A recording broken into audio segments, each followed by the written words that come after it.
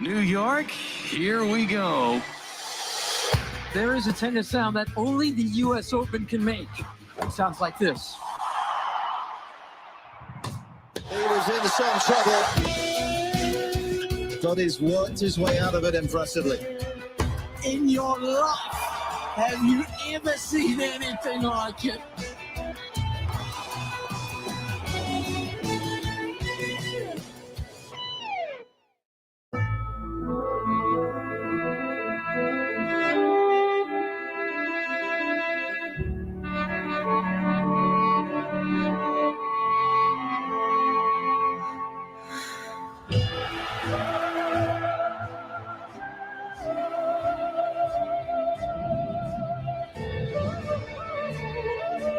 And action.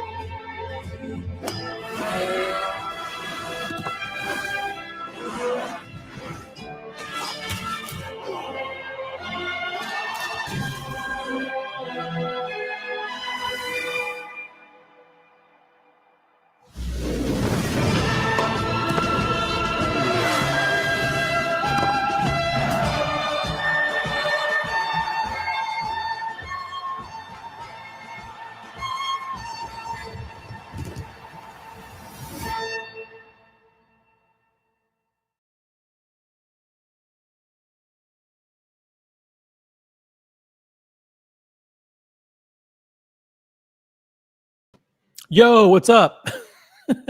Original OC with you here on the Original OC channel for Friday night unboxings. We have a full night of, let's see if we can do a 6-hour stream to drag out one unboxing. That'll probably be pretty good. What do you think? Let's do a quick audio check. If you're just tuning in, let me know how everything sounds audio-wise. Can you hear me loud and clear out there? Cheers. Grab a drink, grab some popcorn. It's going to be a great night tonight. I know we're going to do at least one unboxing. Do I know what it is? No, I don't.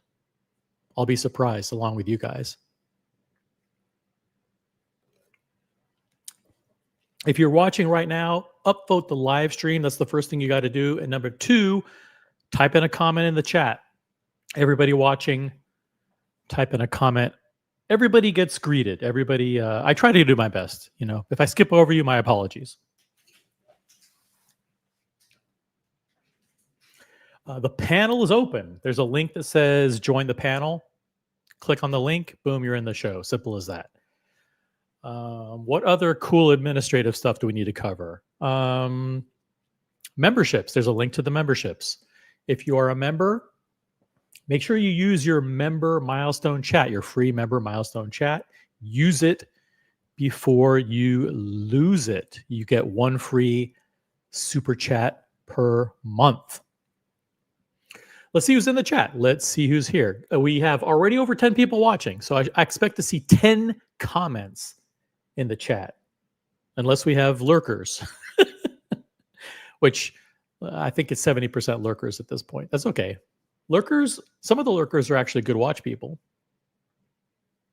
That's right. Some of the lurkers are high quality watch people. You never would have thunk it, huh? But it's true.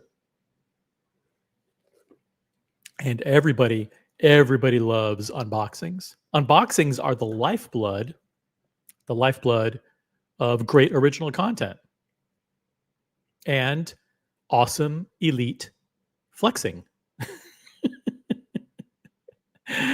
which is the whole impetus behind this channel. But I digress. First, we have to say hello to Logan Hull's Grill Streams, a member of the OC channel. First in the chat, first to upvote, and first with a comment. Thank you very much, Logan. And we've got Wayne's World in the chat. Baseball and tennis, stiff competition. Yeah, it's going to be stiff. But you know what? You can watch, you can multitask. If you want to watch Carlos Alcaraz and and Novak. That's concluded, but we got Sinner on right now. You can watch Sinner and watch the unboxing at the same time. I know it's tough. It's tough. But we don't do we only do unboxings when it's a special occasion. Hi, Green Machine. Hey, check this out. Green Machine's in the chat. Green Machine, hey, feel free to jump. If anybody, by the way, if anybody has an unboxing, you're feel free to jump on.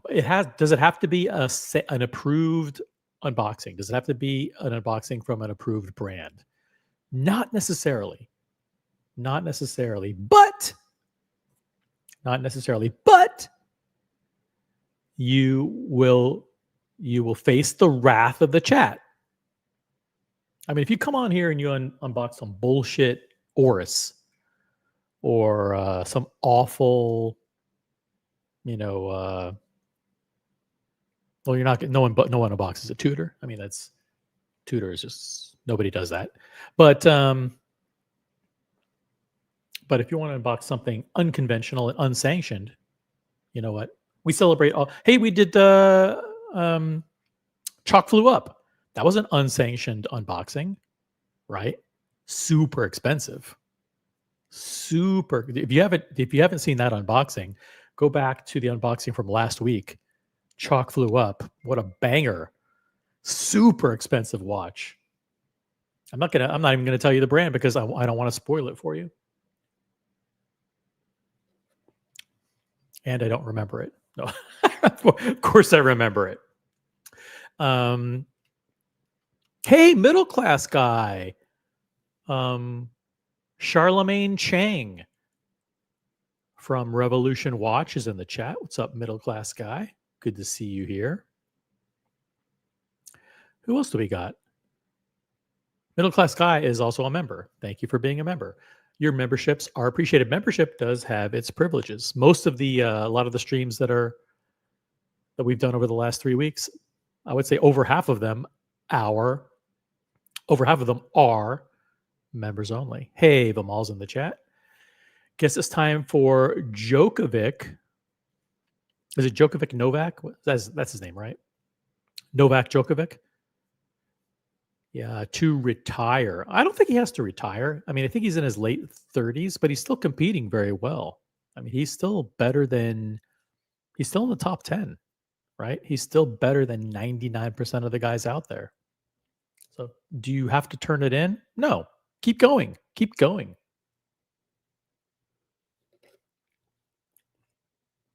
Guys, grab some popcorn, grab a drink, grab a bottle of whatever. It's going to be a long night. I promise you, this stream may go on past midnight. We might go into Saturday. It's already Saturday in Europe.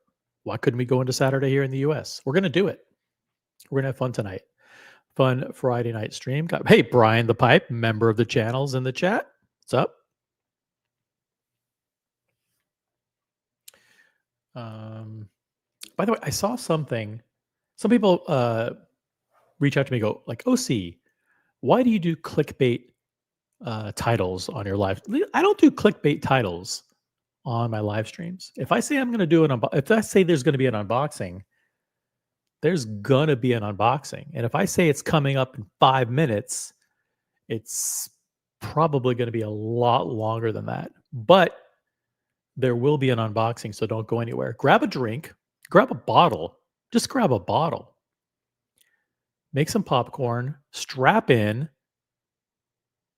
get your multiple streams going. You know, you can get one screen watching the US Open, you can one screen watching, whatever. But pay attention here because we're going to have a great panel consisting of me and maybe somebody else. I don't know. Eventually somebody else will jump on. I'm sure people want to unbox stuff. Eventually. But there was something that I saw that was clickbait. Yeah, that was clickbait, and I'm going to call them out. Listen, so they're like, sometimes I get in trouble for calling people out, but in this case, I'm going to do it. Okay? I'm going to call this out as complete bullshit. Now this is a Instagram post, a post on, which means a post on Instagram. Just to define Instagram post a little bit further, just to clarify, I mean a post on Instagram from a company or an account called Wristcheck.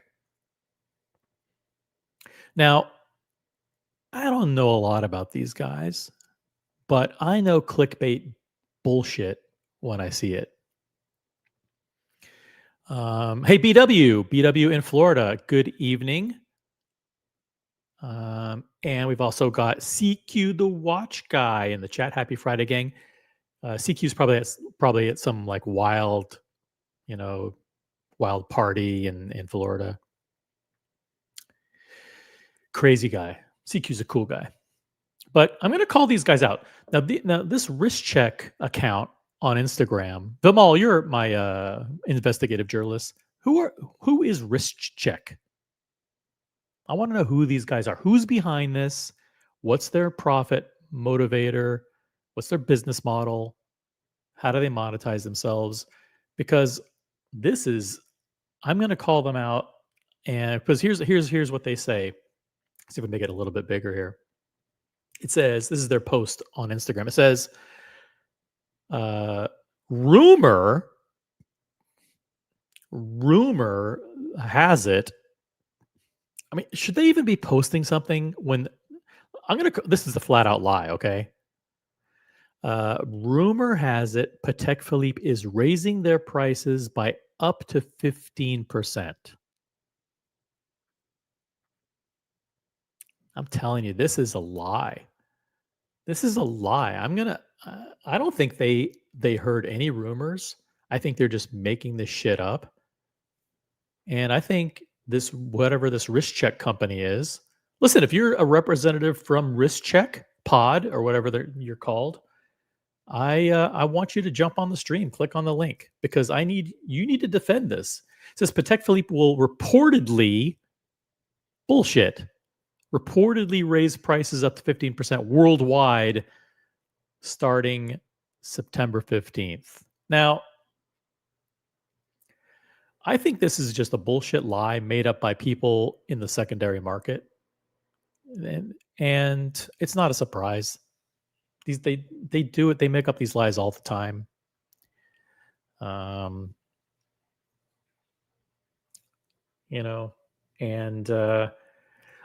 It's like, oh, the price of gold or tariffs or, whatever. But they'll do anything to try and get you to think that prices are going up.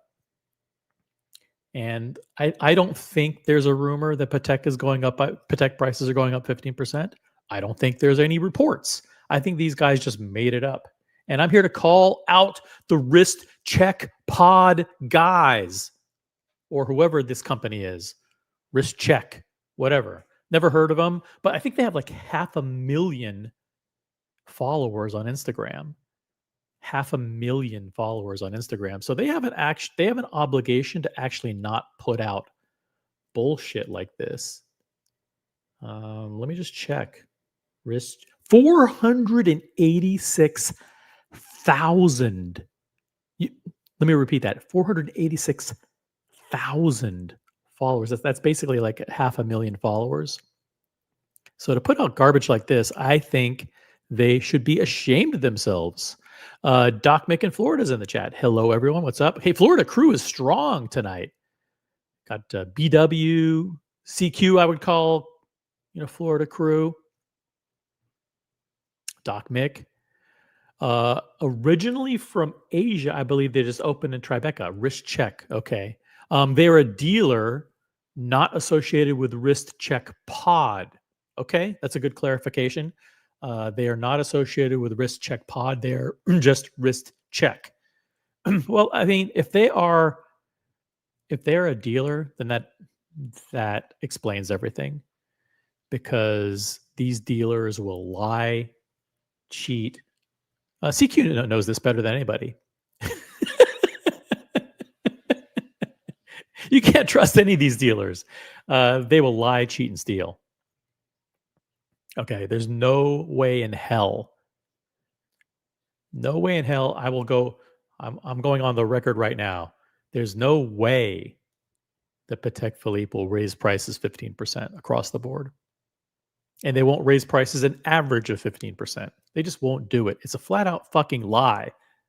Okay? And I'm here to call these guys out.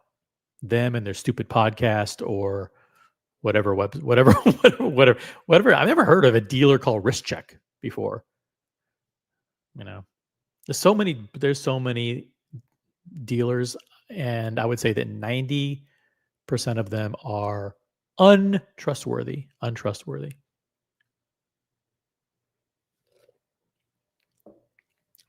But if you disagree and you think that tons of these secondary dealers are trustworthy, feel free to disagree in the chat.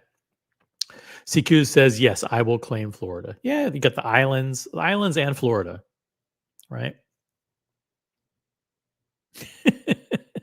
Subway sandwiches raising prices by 15%. Get your foot long today. That's right. Your comment has more credibility than this post on Instagram, for sure. In case you just joined us, this is the OC channel, original OC channel to be precise. It's Friday night unboxings. We're doing unboxings tonight. And we're gonna do some good unboxings, I think. Jen G says they do authentication for the potential buyer. Okay, I've never heard of them. Hey, Father Artifacts in the chat, member of the OC channel. Hey, OC, happy weekend for all our watch community. Thank you, Father Artifact. Yes, it's the kickoff of the weekend. A kickoff of the weekend. And we're kicking off the weekend with Friday night unboxings. By the way, if you watched the last unboxing show, you will see Chalk Flew Up unboxed a banger, total banger, super expensive independent brand. I will not reveal what it is, but go back and watch it. Very, very cool. Yeah, unboxing coming up in 5 minutes, says Doc Mick. Good reminder. And I also happen to, if you didn't catch it, I unboxed this little baby right here. Yeah. Check it out. It is the Patek Philippe 5212 A. A means steel. And I have it. I told them I would not buy this unless I had it on the deployant. It's right here. So it's the 5212 weekly calendar, the weekly calendar. But mine's special because it has the Calatrava Cross deployant. And it's off of that awful shiny tan strap. And it is on the beautiful black calfskin. Yep. And a bunch of people reached out to me after I unboxed, and they said they were doing the same thing. They reached out to their authorized dealers, their Patek dealers, and ordered this strap and this deployant. So that's cool. I'm glad if I served as any inspiration for you to do something different. Because actually, I didn't like the look of the watch with the original strap at all. And here's the underside. Weekly calendar. Boom. Patek rotor. Calatrava Cross on the rotor. Calatrava Cross on the steel deployant. And yeah, I thought this strap. This is the black calfskin strap from the 5226. The 5226. There we go. G, which is the white gold asphalt dial, comes on this, and it happens to fit. Boom. So there it is. So I unboxed this. I've been wearing it quite a bit. I like it. It's comfy. I didn't wear this to the US Open. For US Open, I wore Rolex, right? So I want to give a huge shout out to and I also got this too. Yeah, check this out. Yeah, I got the denim calfskin as well. The denim calfskin. Check it out.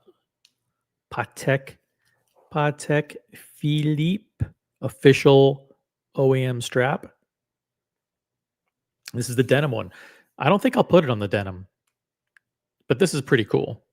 I really, really like it. I really, really like it on the black calfskin. I think it just suits the watch. You want to see it on the wrist? Sure you do. By the way, I'm sporting the official watch of tennis. Official watch of tennis is the Rolex Daytona on Oysterflex. Yep. This is the watch. I saw a bunch of these. I saw the Ghost on Oysterflex while I was walking around. Obviously, Alcaraz wears the turquoise blue on Oysterflex. Sinner wears the Sundust Everose Sundust Panda on Oysterflex, and I wear the Sundust Diamond Baguette. But let's see it on the wrist. Let's see the 5212. Oh, this is so light. This probably weighs like 1/5 of what the Daytona weighs. I mean, this is like nothing. This may weigh like 30 grams or something. It's ridiculous. But yeah, let's put it on.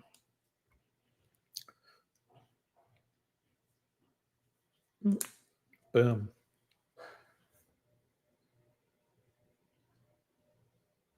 Look at that. Reach for the cross. Reach for the cross. Steel deployant. Comfy strap. It's black. It matches the darkened indices. It's light, super light. This thing weighs a ton. Yeah. The Daytona, the official watch of the world's best athletes. Right there.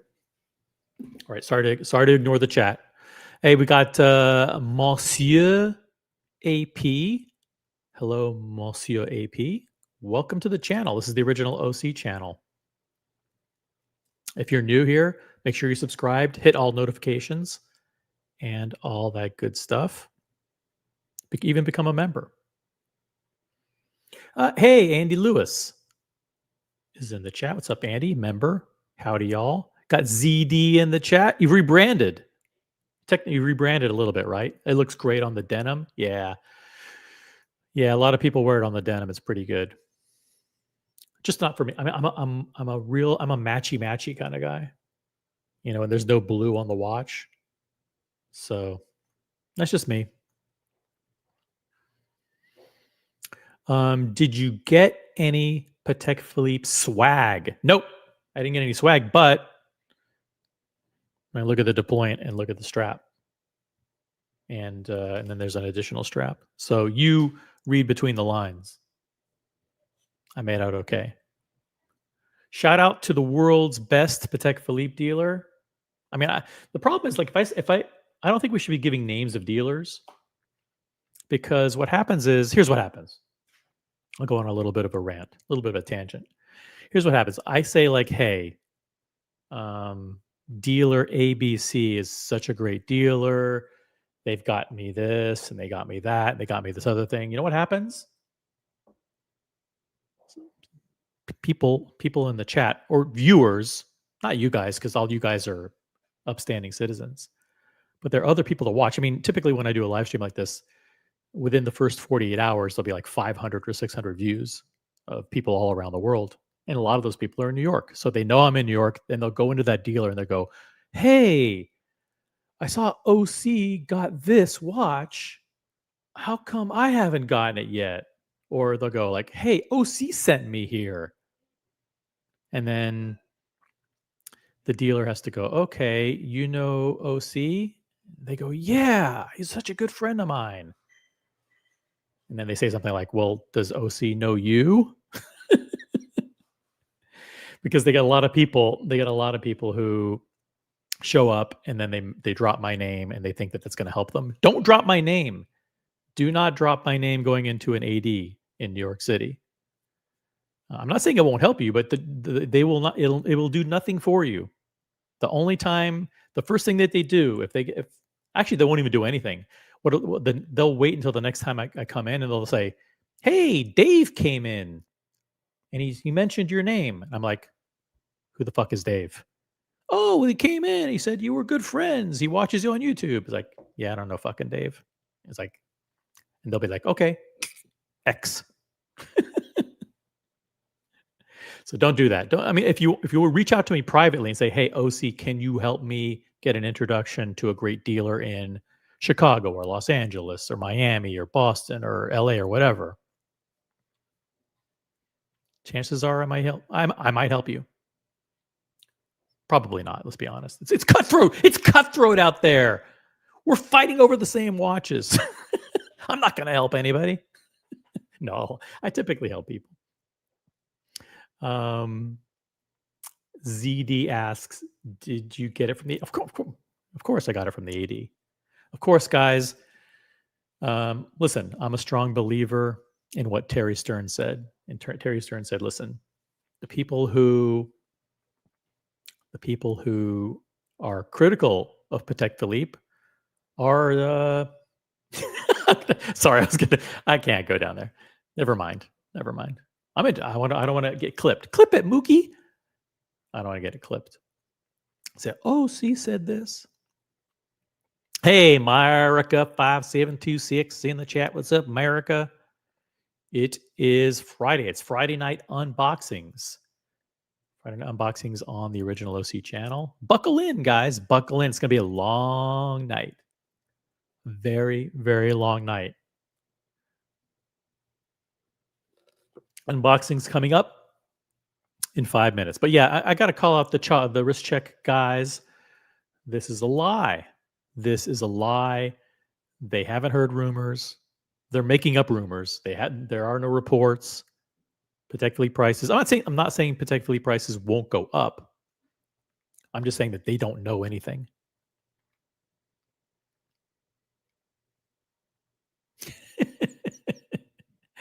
OC bought it from a dealer called Wristcheck. That's why I'm giving him so much publicity. You know, they've gotten more publicity over the last 10 minutes than they've gotten ever on YouTube. Okay. Extra deployant and strap. No. I'm not saying that. I'm not saying that. That's another thing. Is like people will go into the deal and go, "Oh, OC got free straps and free." I didn't get free straps and free deployants. Those are expensive. Deployants are expensive. Yeah. Do I have the receipt right here? Is this the receipt?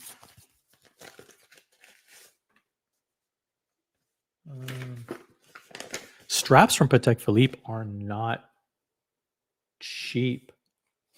I can tell you the prices because the steel deployant class was $625 list price. And yeah, the calfskin strap was $440. Those are $444 each. $444 for the straps, $625 for the deployant. You can feed like a village in Africa for 3 years for the price of a deployant and a couple of straps at Patek. But I want to give a huge shout out to my Patek authorized dealer in New York City. They're the best for Patek, the best in the world, in my humble opinion. And I'm not just saying this because I'm going to clip this and send it to you, and I'm kissing up. But but they really are the gold standard. They're the gold standard for Patek Philippe, and I bet you guys know who I'm talking about. Every time I've said OC sent me here, they politely escort me off the premises. Yeah, yeah. It doesn't help you. It pretty much, yeah. You're like, oh, That crazy guy.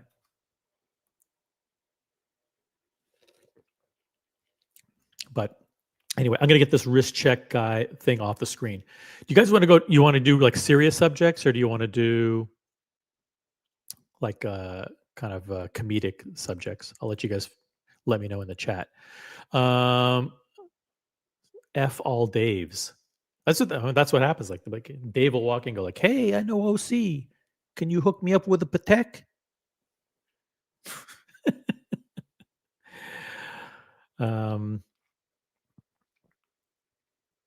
I did a really fun surgery today, guys. First time I've had such fun at work. I don't want to know. Don't tell me. Don't tell me.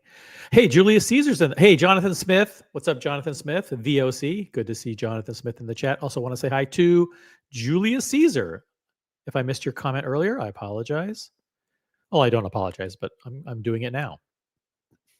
I think the gold to point is a little over $3,000. That's expensive. Jeez. That's crazy.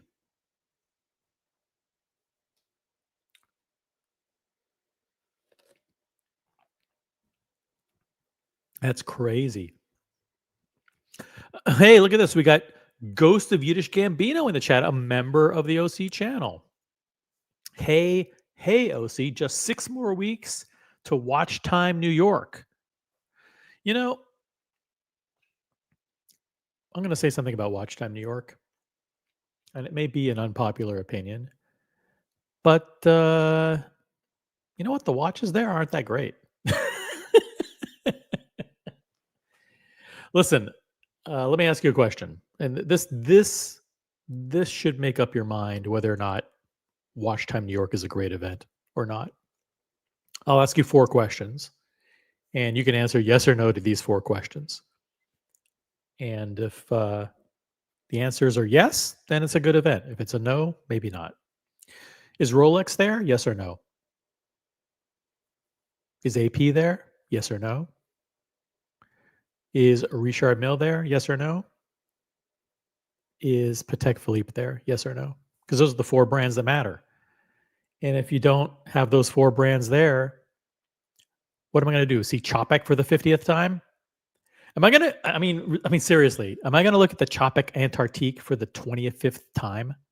It looks the same. You know, am I going to look at, I got to be careful because the unboxing coming up, it might be one of these brands that I am not super nice to. What is it? You know, do I need to see Armin Strom for the? First of all, I've never seen Armin Strom because I don't go there because I bypass that booth. But hypothetically, let's say, do I need to see Armin Strom again? No, I don't. I can go anytime I want. Go to Cellini Jewelers and see Armin Strom.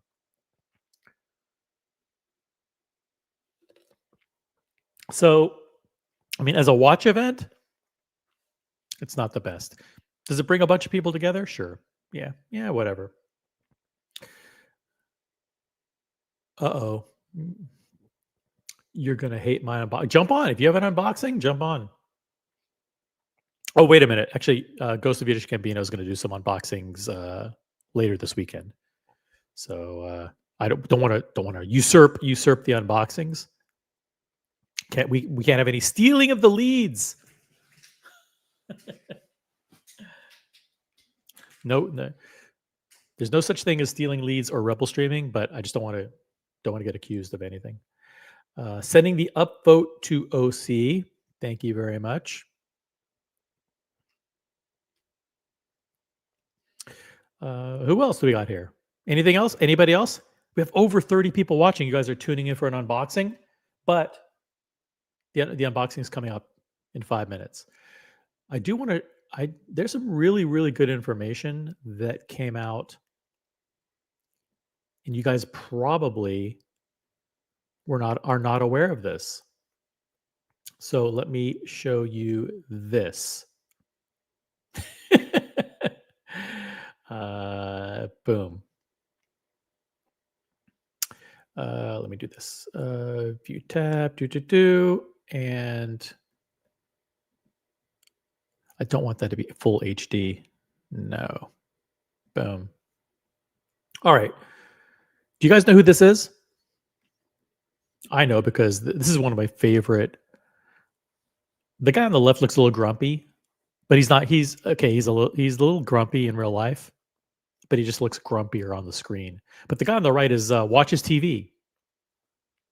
You guys know Watches TV, right? As a matter of fact, I want to give a huge shout out to Watches TV. I'm going to drop a link to their channel in the chat.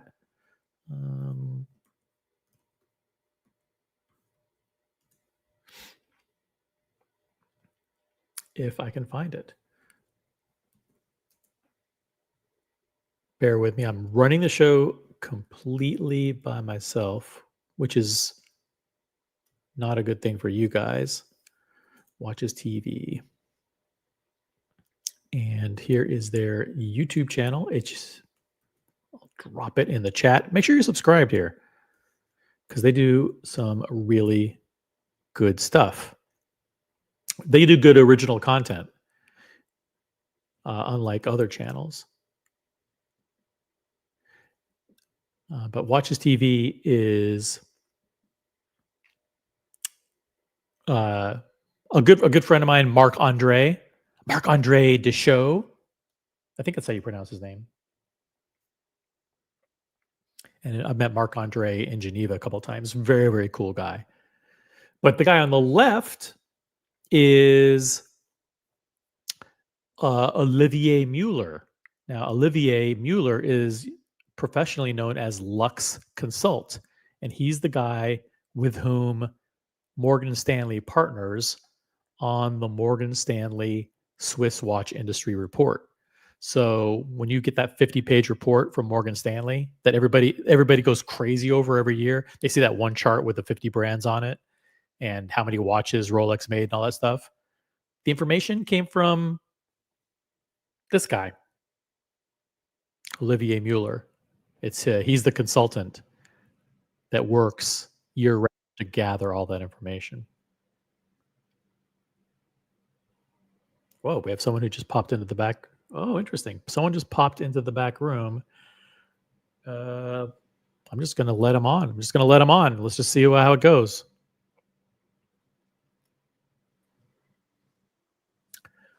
A Doc and his watch. Greetings. Hey, how are you, my friend? How's it going? It's so good to see you. A Doc and his watch, everybody. Nice to see you. Nice to see you, my friend. What have you been up to? No, everything's good. Yeah, everything's good. Couple of trips here and there. I'm actually heading soon to New York, so if there's any time or something, I'll give you a call. Yeah. Hit me up. I want to hit up a few Italian places and a few steak places. So let me know. We'll put together a posse, and we'll host you for dinner here in New York. That would be amazing, my friend. What you been now? The last time you were on, a lot of people in the watch community recall you unboxed one of the most incredible pieces. It's called a Louis Vuitton tambour convergence, and I got so many messages from people saying how awesome that unboxing was. How is that holding up, by the way? Very good, very good. I only use it sort of like, for dinner or an event or something here and there. So I definitely haven't put it through the, like a daily wear. But it's holding up pretty good. I can show it if you want. Yeah, of course. We'd love to see it. Yeah, see. By the way, Doc and his watch is Florida Crew. Shout out to the Florida Crew representing tonight. Where's the famous Mathis? I haven't seen him in a while. Where is Mathis? Mathis, where are you? Jump on. I changed the strap actually on it. I got a OEM strap. I mean, it's pretty simple, but I think it also looks cool on the watch. Oh, nice. So, yeah, it's kind of like a matte blue with a little bit of black in there. Yeah, just a matte blue. I think it works nice though on the watch. It kind of looks. I have the other strap there. The other one makes it looks more sporty. I think this is, like for a suit or something. I think it looks Sweet. You're the I, only I s- person in the community that I know has that watch. And that's crazy. it's not a jumping hour. What do they call that again? The Drag hour. Drag hour. Yeah. dragon hour. Drag hour. Yeah.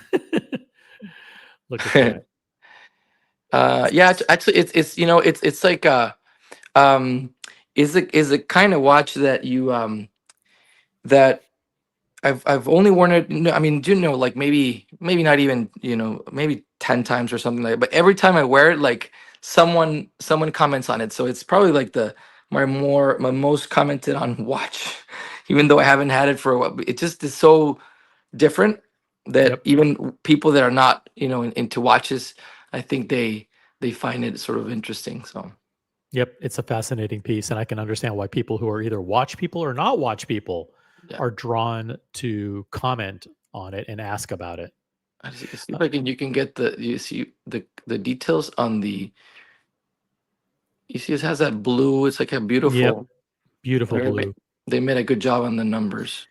I just I wouldn't have remembered that the numerals are painted blue on there Yeah. unless you brought it all the way up, and now I can see how that strap complements the watch perfectly. Really well done. ZD in the chat says, I absolutely love that watch. Very, very special. CQ says, fire, fire, fire, fire.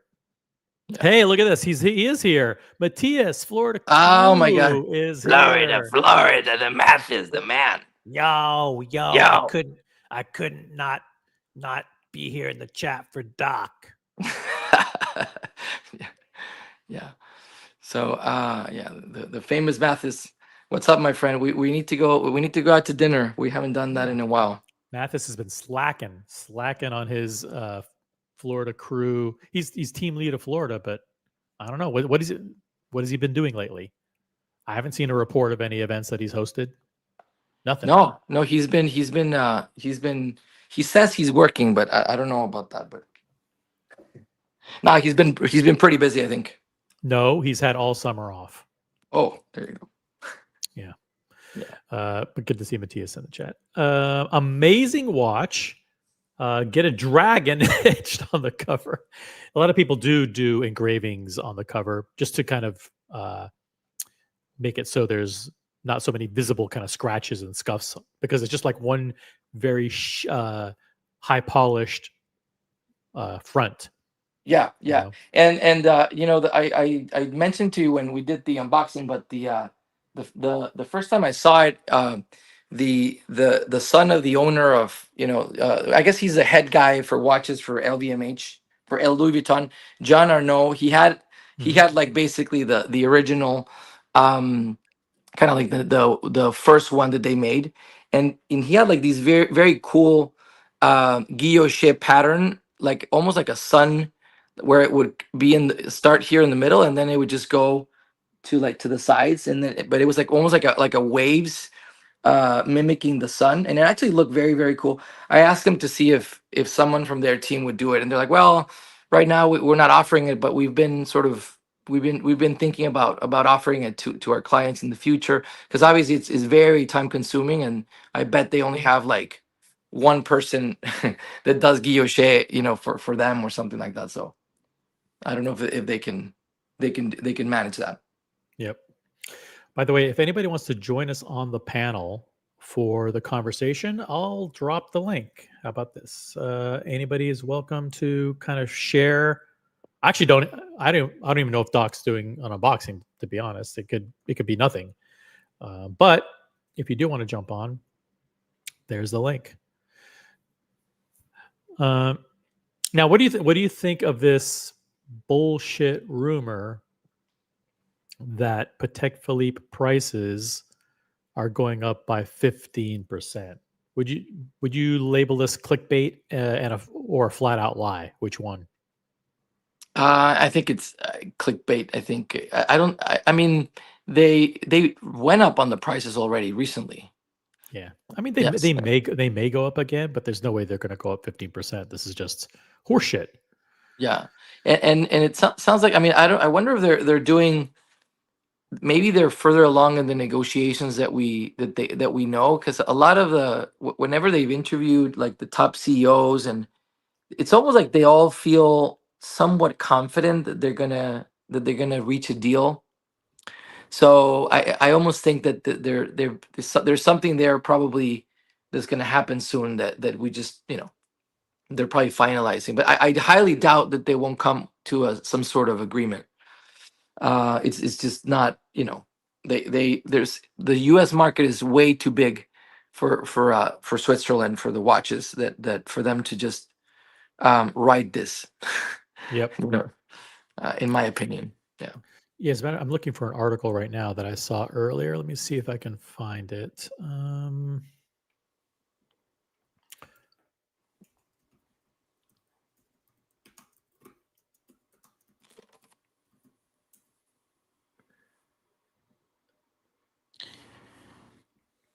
Yeah, check this out here.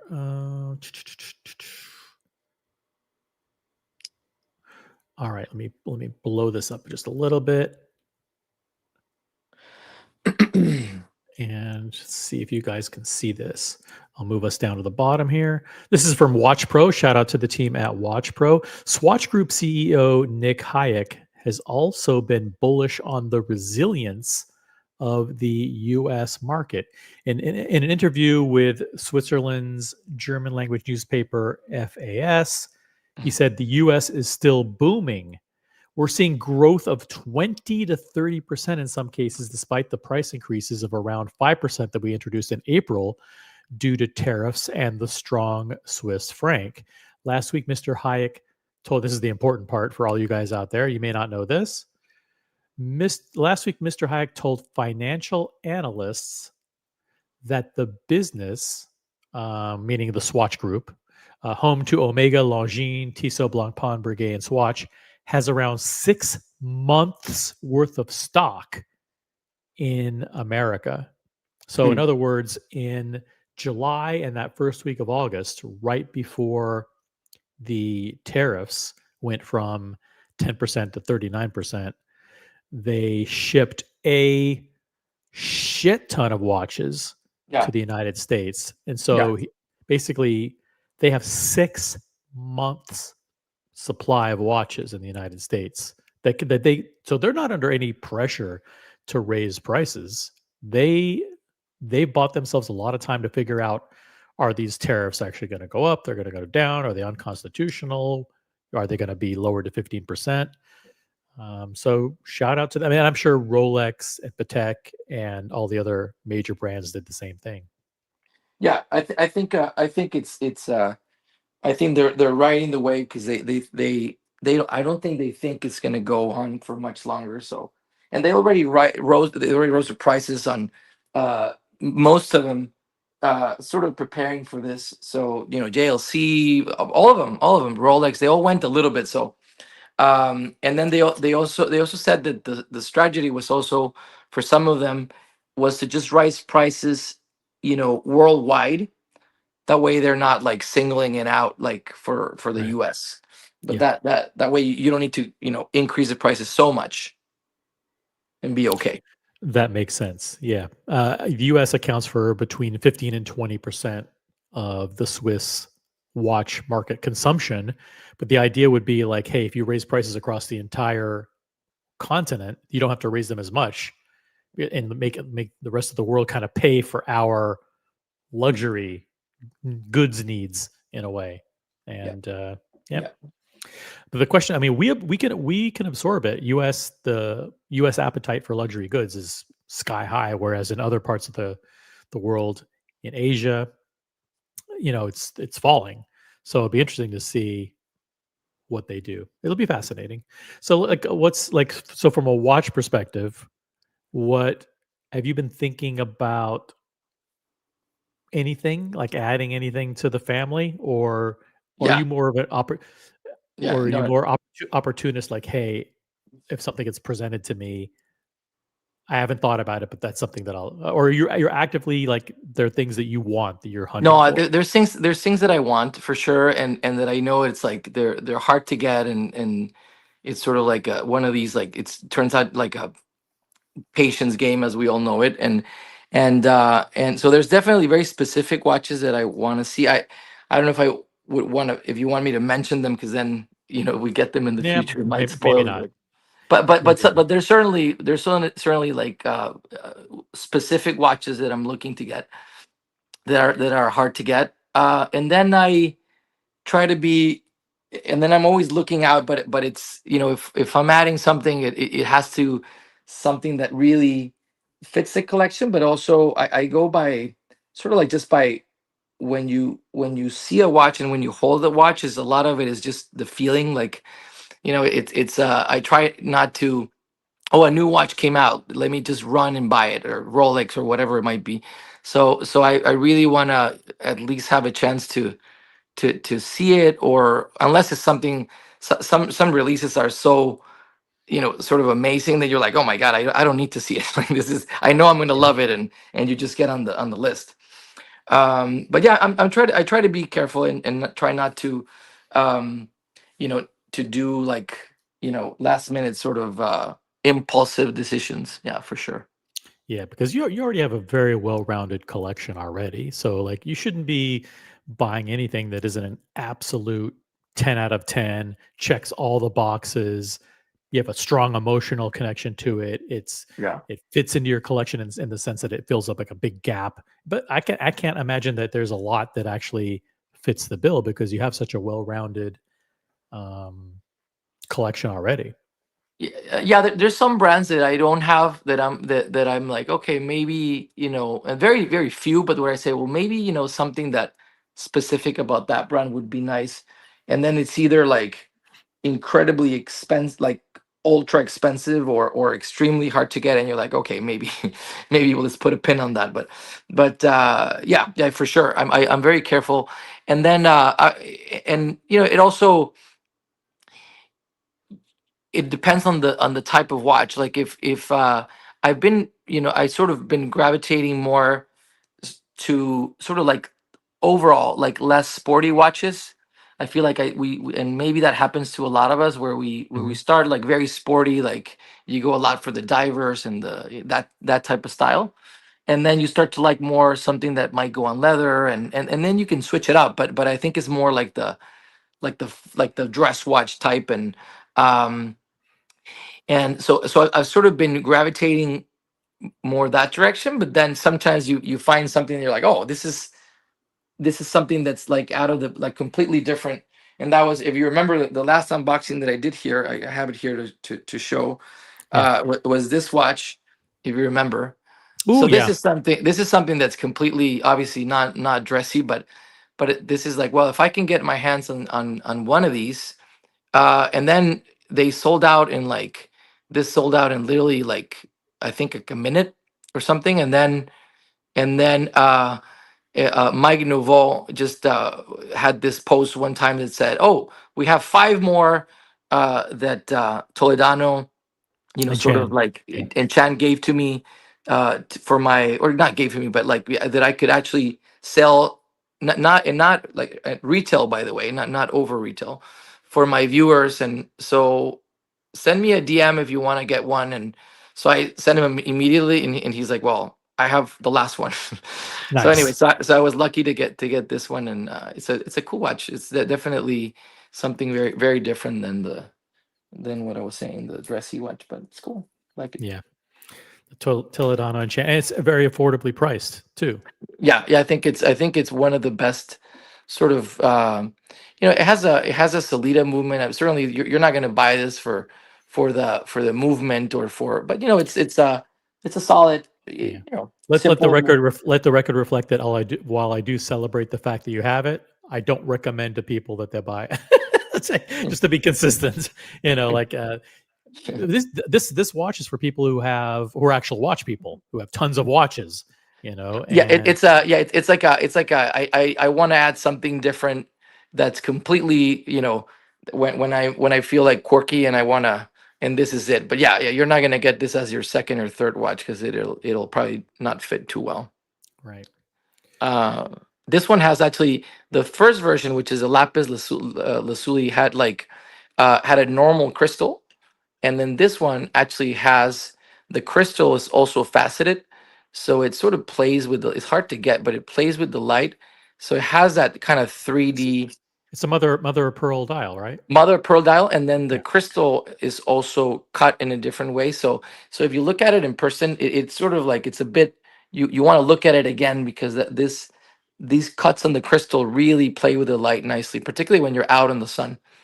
So yeah, I prefer this over the original one because of the crystal. And Nice. yeah, that's a cool watch. That's a very cool piece. And I can't believe that ZD in the chat says, I have that. I absolutely love it. Do you actually have a Toledano Chan just like that one? God, what are the odds of having two people Yeah. watching the stream that have that watch? That's very, very hard to get, and very much off the beaten path. Yeah, that's cool. You know who else has one of these? Let me see if I can find it here on his Instagram.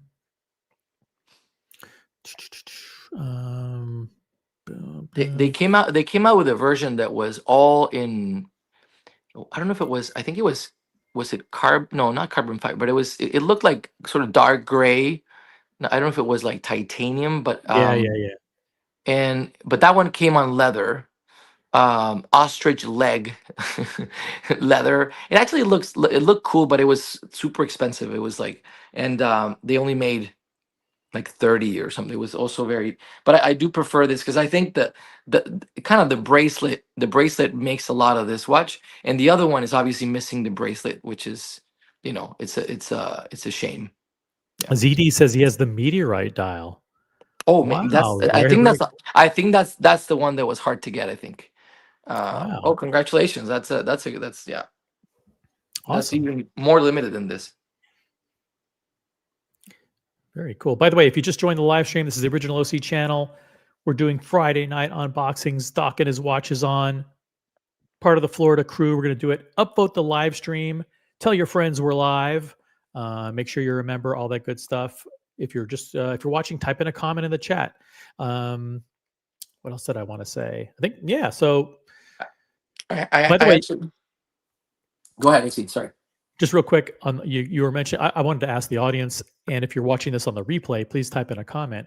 Do you agree with Doc and his watch that there's a little bit of a trend right now away from the steel sports, steel bracelet type of watches, and people are kind of getting a renewed, there's like a renewed interest in, dressy, like not dressy watches, but less sporty, more watches on the straps, more of the dress watch style watch. If you agree or disagree, just let us know in the chat how you feel about that particular issue. And if you're watching on the replay, type in a comment. Let us know.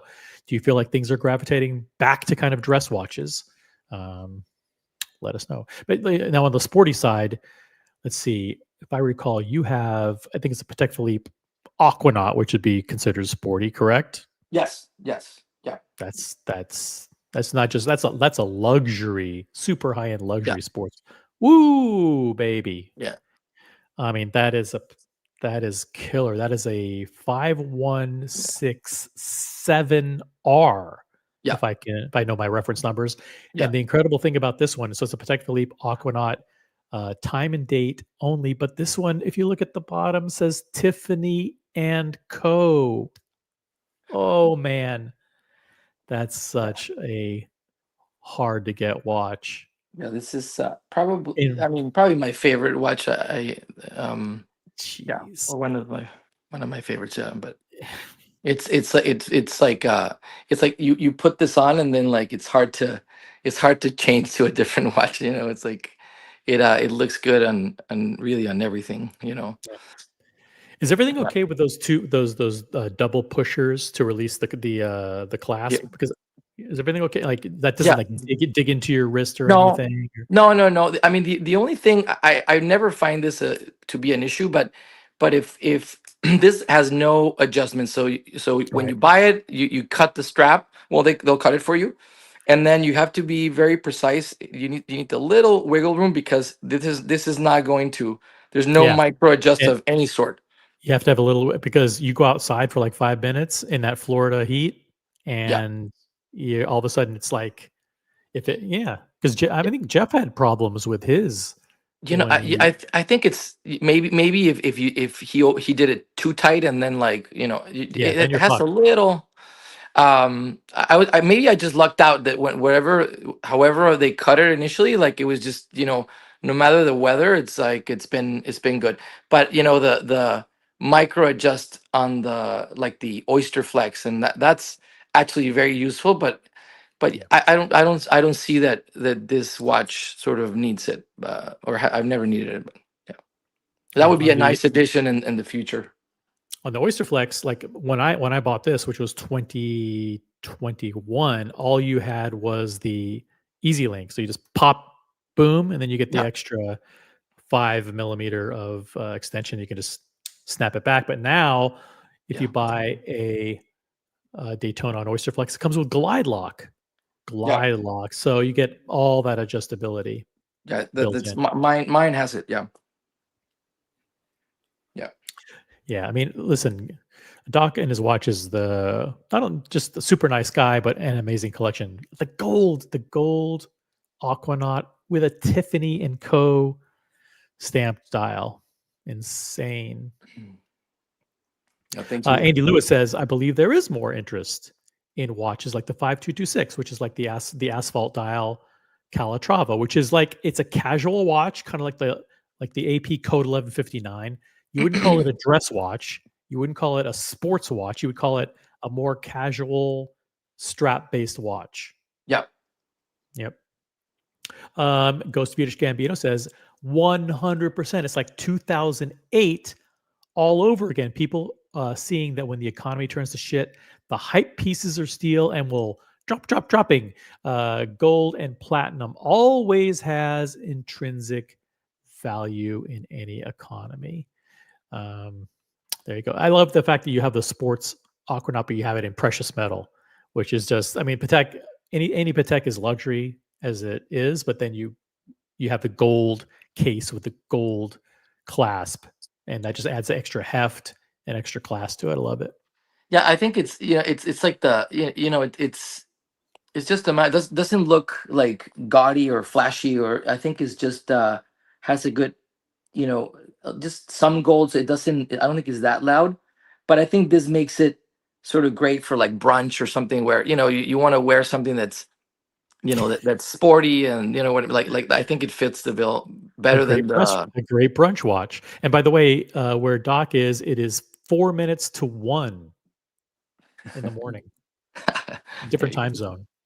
Different time. Exactly. We're Yeah. Okay. So, yeah. What else do you? Just to so remind everybody in the watch community, is if there's any other pieces any particular pieces you want to highlight of your collection that you've shown us in the past, bring them out. This is like show and tell. It's so much well, fun. I don't know which one you might want to see. I can show you a couple that are the ones that I kind of I have this one Hmm. that I Oh, that's yeah. that That's I the that I birthday. bought from someone from the community. Nice. Flip it Uh, around, upside down. sorry. There you go. Yep, there it is. Let's So see. and this is from the Lugs, Yeah, I hate and it. it's just but you know what, it actually works. I know you hate it, but I Uh, think it works. Uh, guys, type in the chat. does Do it you work? think does this work? You have a brigade, this is a yellow gold brigade, Yes, with a gray, is that rubber? Gray rubber, rubber strap rubber. Yeah, with the rubber. yeah. I mean, I get it. I don't get it. I mean, I understand how people want to do funky stuff with their watches. They take a dress watch. It's Yeah, on a casual strap. You can wear it.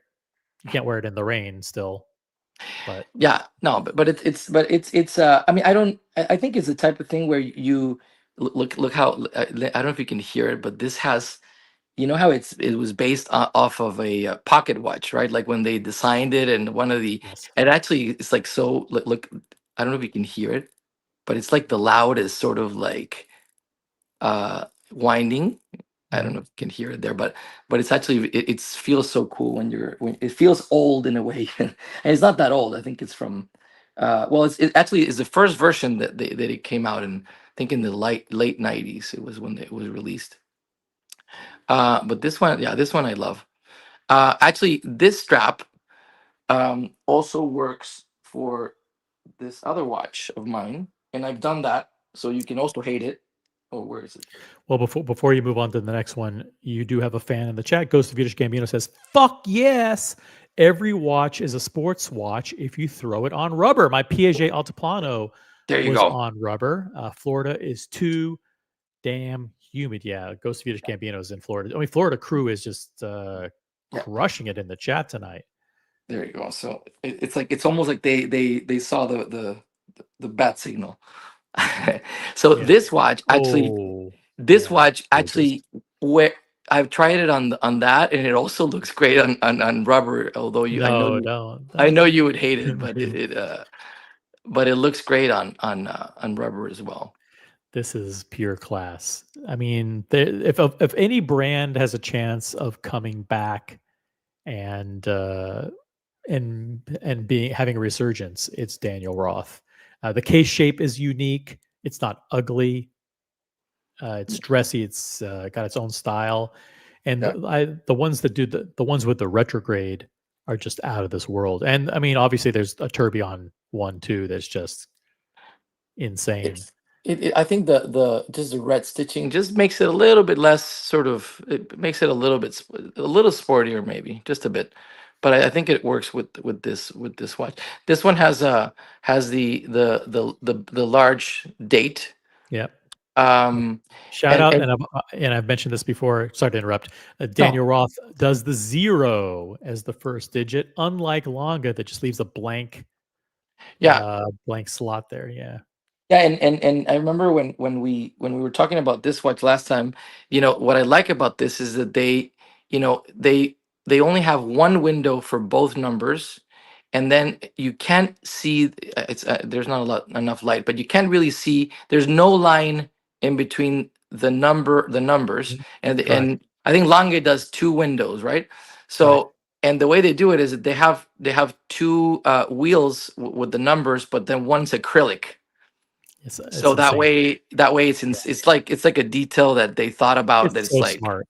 unnecessary in a way, but it just makes it look so much cleaner. And I think Glasuta has one that doesn't do that, and you can see it looks like almost like a stepped. It looks like it's in two different, and then you can see that line in the middle, which is, I mean, it's not the end of the world, but it just looks more, right this way. It just looks more luxurious, I think. Yeah, that's such a cool piece. The Daniel Roth big date with the center seconds. Yeah, and the movement is really cool. Oh yeah, look how well decorated that is. Yeah, they made a really, really good job with this. And it has that like guilloche on the rotor, and I think it's a Gerard Perregaux movement, but very well decorated. I mean, they did a really good job. And it's numbered. Yeah, this is number 50. It says numero as in French, but numero 57. So that's cool also that they do that. They number every watch. The new one that came out has a number in the front. I don't know if you saw like here, but it's like and it's just a simple two-hander, but I think they were asking for like 50K for it or something, which is insanity. And the first one didn't even have a clear case back. It was covered. So I feel like a watch like this secondhand, you can get such a much better deal. Yiddish Gambino says, I have a Daniel Roth Perpetual on the same strap. Oh, there you go. Oh yeah, I think I saw that watch. Yeah, that's a very cool. It has like it's a I think it has several. It uses several hands. I think like all over the dial. Yeah, I've seen your watch. It's very, very cool. Yeah. Awesome. These. I mean, what a killer collection. By the way, I did notice. I'm picking up on these nuances that the book on the left says Cartier, and then you have a man and his watch book, which is kind of like a doc and his watch, which is where you derived your name. And then up at the top right, it says, what is that? I'm trying to figure it out because I'm assuming that's like a clue about something. Oh, there's not necessarily a clue here, but I can. So, I do have this. Let me put this close here, but I do have this. I'm covering some information, but I do have this. Oh, what could that be? It may not be a watch. Maybe it's just like something. Maybe it's just like clickbait, like not a real unboxing. Yeah, feel free to move stuff out of the way. Guys in the chat, if you want to offer some guesses, you want to start asking some yes or no questions, you want to do all that stuff and try and figure out what did a doc in his watch do now? What did he do? What kind of this is just something to cover, but yeah, that's good. Keep it there. I bet some people are going to be. I mean, we have smart people on this channel, so they probably already know what the box is. So let's see if we can get some good guesses. Dear Artifacts in the chat, what's up, Dear Artifact? This Daniel Roth is beautiful, and I think it would be a perfect watch on the wrist of a Bond villain. Bond villain. Maybe I am. All right, so let's see if I can. I might toss up the first yes or no question. Yeah. Is it a watch? Yes or no? Yes. Nope. All right, I'm done. Now I'm going to leave it to the chat. Let's see what we got here. Is it the you don't have to answer yes or no. The Quorum skull? No. Hey, we got C3D now in the chat. Color me clue. What's up, C3D? C3D now. Good I wanted to. Here. No. Maybe you want to. I have something else. It's not a watch, but watch related. Yeah, that I can show you. Yeah, quickly. But because that I thought it's this is pretty cool. Let me see. So yeah, let's see it. Well, it's a little big, but guys, it's original OC channel. Buckle up. It's Friday night unboxings. Grab some popcorn. Grab a bottle of your favorite beverage. So yeah. So it's I bought this. It's a watch. It's a watch trunk. But who is this? Yo. Oh, Mathis. Yo, Mathis. Glad to see you unboxing, Doc. What's up? Look at that. How's it going? Oh, good, my friend. Good, my friend. We were just as we were getting the guesses. I got this recently, and I should. Shit. That's insane. That is serious. That took away the joke I was gonna make, everything I was gonna say. I just completely lost it when I saw that box. No, you were gonna make fun of me again, right? No, I was gonna approve this unboxing, even though you guys didn't ask, but I approve. Well, I was busy looking in the back room to see who this was, and then I just realized what's on the screen. Holy shit! So my watches are not inside because I figured I would just not put in there, but it holds it's a cool 16. Yeah, and then it has this where you take it off, and then inside you can sort of keep wow, like straps, and so that's pretty neat. Those are not cheap. That's like cost more than the average person's entire watch collection. Doc doesn't mess around. It's and the wife had a, because we when we were in Paris, and then we were just looking around and stuff, and they're like, oh, you're into watches, and I was wearing a the guy was like a watch geek also that was there. Mm-hmm. And I think I was wearing the Vacheron, and he's like, oh my god, I can tell you're a watch guy. You're like, let me tell you, I have something that you're gonna love. And I'm like, no, I'm fine, I'm okay. And then he brings out like this, and I'm like, oh man, like don't. So initially I was like a little hesitant, and my wife's like, no, get it. You need something for your watches, like. And then they can do here anything that you want, and it's cool because you kind of tell them an idea, and then they'll send you the design so you can approve it, and then this is hand painted into the trunk. Yes. So tell us about the design that you picked yeah, there. so I was looking at, I asked him like, so what have you guys done? And they've done like everything, like sort of like something more obvious, like an actual watch or like numbers or but then they said, well, we do have, there's an LV watch that's very colorful, that's like the time zone, the world time. Oh, the one with the blocks that turn around. Yeah, so like the like the one that he did on with Carrie Verlaine. You know how he did the crazy one. So if you see, like, it has like these sort of colors all around, and he said, well, we can take some of these from that watch, and we can just do like something that's gonna be colorful and unique, and I thought it was like not not in your face, but it's something just different that looks cool. Yeah. Let me see. What was the name of that watch? Let's see the time. I think it's a world time. Well, there's a world time that's no, but it has something else. Yeah.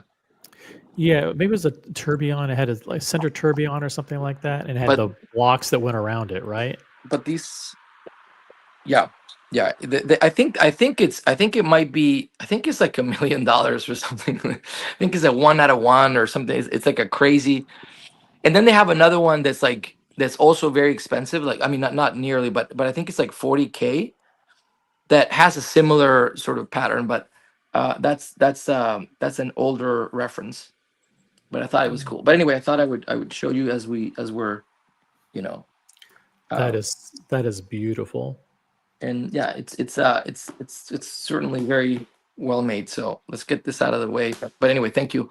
Congratulations, man. That's a sick box. Thank you. Yeah. So and then we have this which they're, sorry, back to the questions, but here it is. Let's see. Is there any significance to anything that you've placed in the vicinity to give us a hint, or no? No. Okay. I already guessed, is it a watch or not? You said yes, so it is a watch. Vimal says it looks like a Breguet box. Okay. I mean, that looks a little small for Breguet, but maybe it is. I don't know. I'm not an expert. Is it Vacheron? ZD says. You don't have to answer. Is it maybe, is it Holy Trinity? Is it Holy Trinity? You want me to answer? That's the box right there, Doc. Yeah, the box is here. Yeah. So with something covering the brand. Yeah. So it's no. Right. So no, it's not Holy Trinity. Not Holy Trinity. Okay. If it's not Holy Trinity, that means it's not one of the OC approved brands. So this is unsanctioned unboxing. This is unapproved unboxing. Yes, it might be. The video might be erased immediately. This video may be deleted. Yeah. It's not Holy Trinity. America 5726 says it's Vacheron. Nope, it's not Vacheron. It's not, guys. It's not one of the OC approved brands. It's not AP, Rolex, Patek, or Richard Mille. There's a subset under that that's kind of quasi approved, only because it's hype and goes for over retail. But is it? Look at this. People are like Journe, or LU. Is it LUC's Chopard? Be with Doc. No. You have no clue. With Doc, you have no clue what it could be. It could be anything. It could be anything with this maniac. I don't approve of unsanctioned brands. I think there's a high likelihood this unboxing will go down in flames. It will go down in flames, and we will have to delete the stream or make it like members only and hide it. Because listen, as much as unboxings should be celebrated, and we should use it to share and bring the community together. Some of the unboxings are really bad. Some are just bad, and we should hide them in shame. Right. I'm not sure. This may be one of them. this may be one of them. Guys, if you want to jump on the panel and You never join in know. the festivities along You never with know. Mathis and myself, I'll drop a link. It'll be more fun if, I mean, no one has to be forced to come on, but if you want to come on, boom, there's the link. Yeah, especially if you're Florida crew, jump on the panel. Florida crew. Let me ask you. There are a lot of people talking about Journe. Have you thought about FP Journe as a watch brand? Yes. Yeah, I have. Yeah. What is it? So is it something? Is there something about them that appeals to you? Is it the aesthetic? Is it just that it's super hard to get? Is it the like so the family atmosphere of the collectors? No. I like the. I don't like the you know, I was the watch that I actually wanted to get before it became sort of hard to get, too hard to get, was the Elegant, and I actually walked in. This is like, I don't know, 7 years ago or something. I don't know, something like that. And I remember going into Jordan and saying, "Well, the guy that was there was actually wearing that watch," and I'm like, "Oh, I'm interested in that watch." He's like, "Oh, okay. Are you interested in anything else?" And I'm like, "Yes, but more so that one first." And the guy's like, "Well, I don't have it here, but I have mine. You can wear it. You can try it on." And so I tried it on. And it's like, "Oh, it's great." Like, you know, just to tell you how naive the times were at that time. I remember I'm like, "Oh, yeah, like I have my credit card with me. Like, yeah, it's all good. I just, if they have it, I'll just buy it." It's like, great. So I just go in, and then they said, "No, you know what? This is like a second watch. Like, you need to buy something, and currently it's only offered to people that already have one." I'm like, "Okay." And then they actually showed me a chronometer Souverain, and they said, Ooh. "Do you like that? Do you want that?" I don't remember how much it was, but I think it was like mid 30s or something, or and I mean, it was a very nice watch, but I remember like thinking like, like I don't know, like it wasn't like this, like, wow, I need to have, and you're just not gonna like buy something of that don't really. Now that I think about it, I'm like, oh my god, I should have just bought it, of course, but I know. anyway, What year was that? it was like 7 years ago or something like that. Oh shit! No, You would have been a millionaire. yeah, there you go. And actually, but I think don't mind the strap that like Diego and everyone's gonna hate this, but I was actually wearing this watch when I had the oh, look at that, El Cap, what is it? There it is. So What is it? I was wearing this the Patek here, this, when I went to the boutique, Oh, what a which flex! is, This is the 6006. I'm surprised I even know a lot of these Patek references, but this is the 6006. yeah. And once again, if you look really, really closely, it says Tiffany and Co. This is Yeah, and what you another guys don't. Tiffany. Yeah. Yeah. So Sorry, I was. hold on, Doc. And what you guys don't realize is Doc walks in with a leather jacket on and jeans like a maniac, and leather There you go. shoes. Leather. Yeah, because that's how you roll. So I was wearing it on something else, like probably like the original black alligator. But anyway, I was wearing this watch, and then when they showed me the watch, and I was with my wife, and I'm like, do I like my more of the watch that I'm wearing than this one, and it's like, I don't know, like it wasn't. So I basically said, "Oh, okay, I'll think about it, thank you." Not a good choice, but anyway, things just exploded. But I do like, I like the Elegant, and then I like the aesthetics of the one. I really like is actually the what is it, the lunar, the one that has the rose gold. Octaluna. Octoluna, yeah, that one in rose gold. That I find it. I really like that watch. So I think that's the one that I would, you know, want to get from the brand. Not that it's easy to get, but Yeah, got it. So, and are you doing all the normal stuff like? you know what? To be honest, I haven't. Yeah, but you don't I kiss haven't. their I ass. haven't. I haven't moved a finger. Like, I just sort of like, maybe, and then like, for one reason or another, I just um yeah, I haven't. I mean, I think I should have a while ago, but You'll get it. You'll get it. I mean, you're a real collector, so you're going to get it regardless. You don't have to go there every Tuesday and No, no. just I mean, no, no. I literally. think I think I have to go to some of their events because they have events here, and I do get the emails, and so I just have to like sort of start that. But I don't Yeah, know. you do. Or I've just been busy and I haven't. But I need to make the effort. Yeah. Yeah, there are other members of the community who are who've gotten some Jorns, Yeah. and you're right there next to a Jorn, the Jorn Identity, who's Yeah. a Miami native, and he's Yeah. always at those things. It's the Yeah. first Tuesday of every month that Yeah. they do Super those. super nice guy. So, He has an he has an elegant.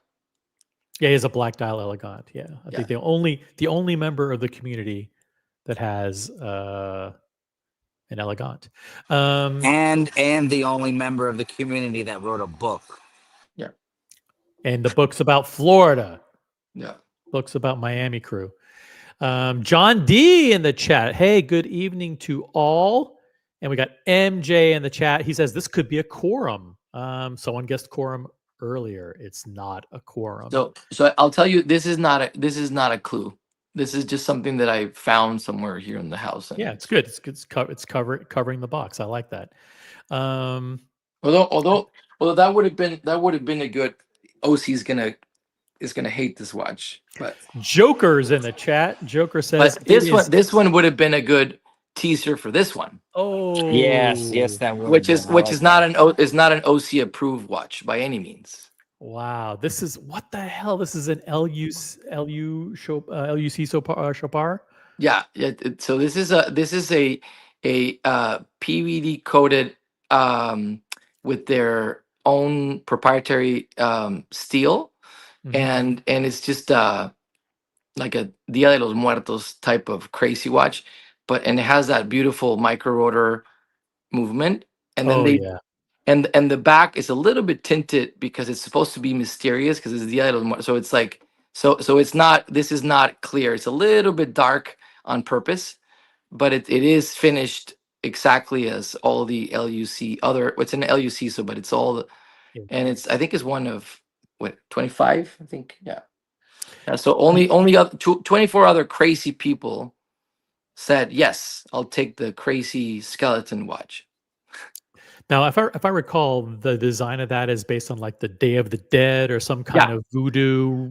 Day of the Dead. Yeah, 100%. Yeah, they Chopard is like huge in brand in Mexico, and they started making these watches for the basically like Watchtime. Like they have a similar event in I don't remember the name, but in Mexico, which I haven't been, but this is like they started to do those releases, and then usually they would just sell out the day when they release them there. So this is, I think, the third version, and I think it's actually the last version. I don't know if they continued this craziness, but I think it's, I mean, it's like a, again, not recommended for a third watch, right, OC? But no. This but a watch like that. Listen, you're a mega. Some people don't like the term mega collector, but you're an actual watch collector. So like. By the way, this watch was rated the #1 choice by voodoo priests doing chicken sacrifices. I agree. Yep. And it's incredibly thin. 100% OC. That's cool. Yeah, that is. So anyway, Mathis, Taco Tuesday. You know what I'm wearing? Let's do it here in Miami. Leather jacket and that. I'm there. Let's do it. But anyway, that would have been a good, but nothing to do with the watch. Yeah. Super cool. We got Billy in the chat. We also got Esoteric, got Ryan Hofre. Bunch of people are trickling in. Maybe they realize that unboxings are high quality original content. A lot of people are now filtering in. Chopard Cesario, is that the name of it? Cesario? Sicario, Sicario, which is like sort of like a gunman or something like that. Billy says this box looks like a Panerai. Panerai would be like definitely unsanctioned unboxing. Again, that would result in the stream being taken down and hidden for good. Nope. Not Panerai. It's not Panerai, which is like Panama, but different. Is it? Could it be? A lot of people say Journe, but it may not be Journe. Journe's expensive and super hard to get, and it's, like you said, it's impossible to get it unless you kiss their ass for 2.5 years and go to these. Doesn't help when you tell them no when they offered you a watch. It's certainly not the best move. Right. Guys, keep your guesses coming in the chat. Yes or no questions. There's 45 people watching. Let's get to, there should be at least 40 upvotes. Don't make me check. But if we don't have 40 upvotes, we're not doing anything. Upvote the live stream. Sorry. Go ahead, Mathis. You're the boss. Just remember, Doc is a Miami late night Latin flavor baller, okay? It could be a rose gold day date. It could be some fancy Louis Vuitton shit, all right? It could be anything. Yeah, but the box, unless he's throwing us off with the box. Joker says it's a Vacheron Constantin 222, and you're a little bit late. It's not Holy Trinity. It is not Holy Trinity, so it is not AP, Vacheron, or Patek. That has already been revealed. So I think what you've done, Doc, is you successfully stumped everybody. I don't think there's a single person. I don't know what it is. So for the record, I don't know what it is, but I think you've stumped everybody. Guys, if you want to jump on the panel, the link is somewhere in the chat. If you want to join in the celebration of whatever this is, or maybe the catastrophe that's about to be unveiled, jump on. Maybe OC will have a heart attack. I could have a heart attack right here on the stream.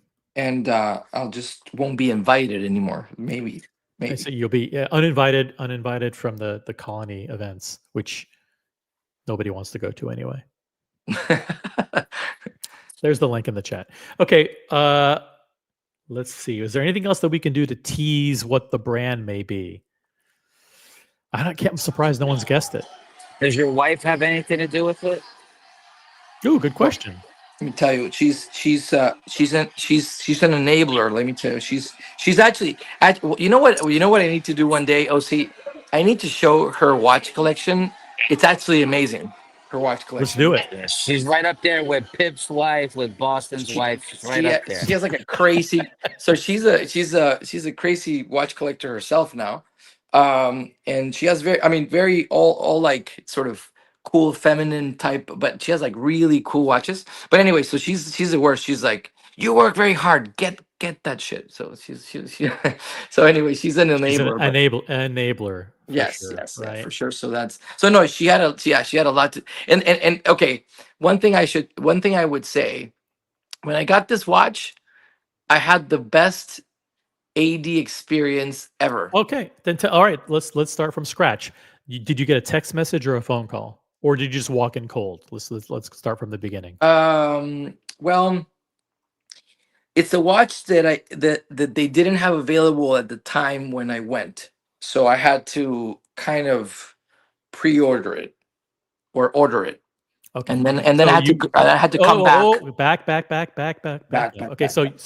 Okay, so you found out about this watch, or you've been interested in this watch for a while. So you went into the store to ask about it and they didn't have it, correct? Well, not for sale. Okay. They had it for display. Okay. All right.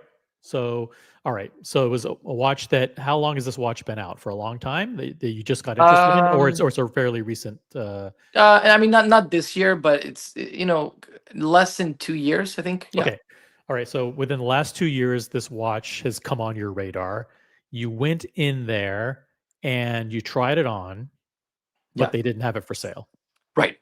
And you said, hey, I like this watch. Yeah. Can I get one? And they said, sure. And did you pay for it? Did you pay for it in full at the time, or did you leave a deposit? Or they just said, hey, no, deposit. Got it. So like, hey, dude, you're getting this watch.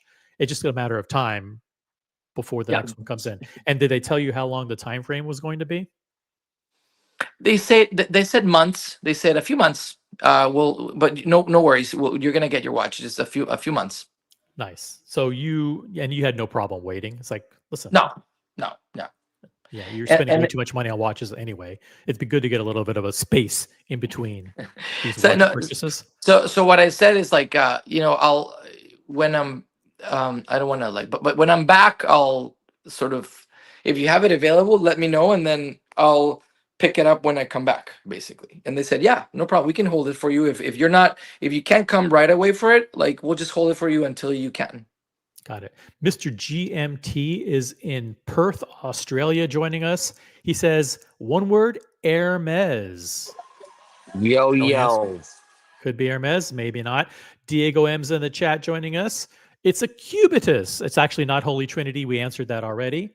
Nice, very good guess though. Very, very good guess based on the box. It could be he may be lying to us. It may be a cubitus after all. You never know. But he says it's not. Oh, Darwin. Sorry.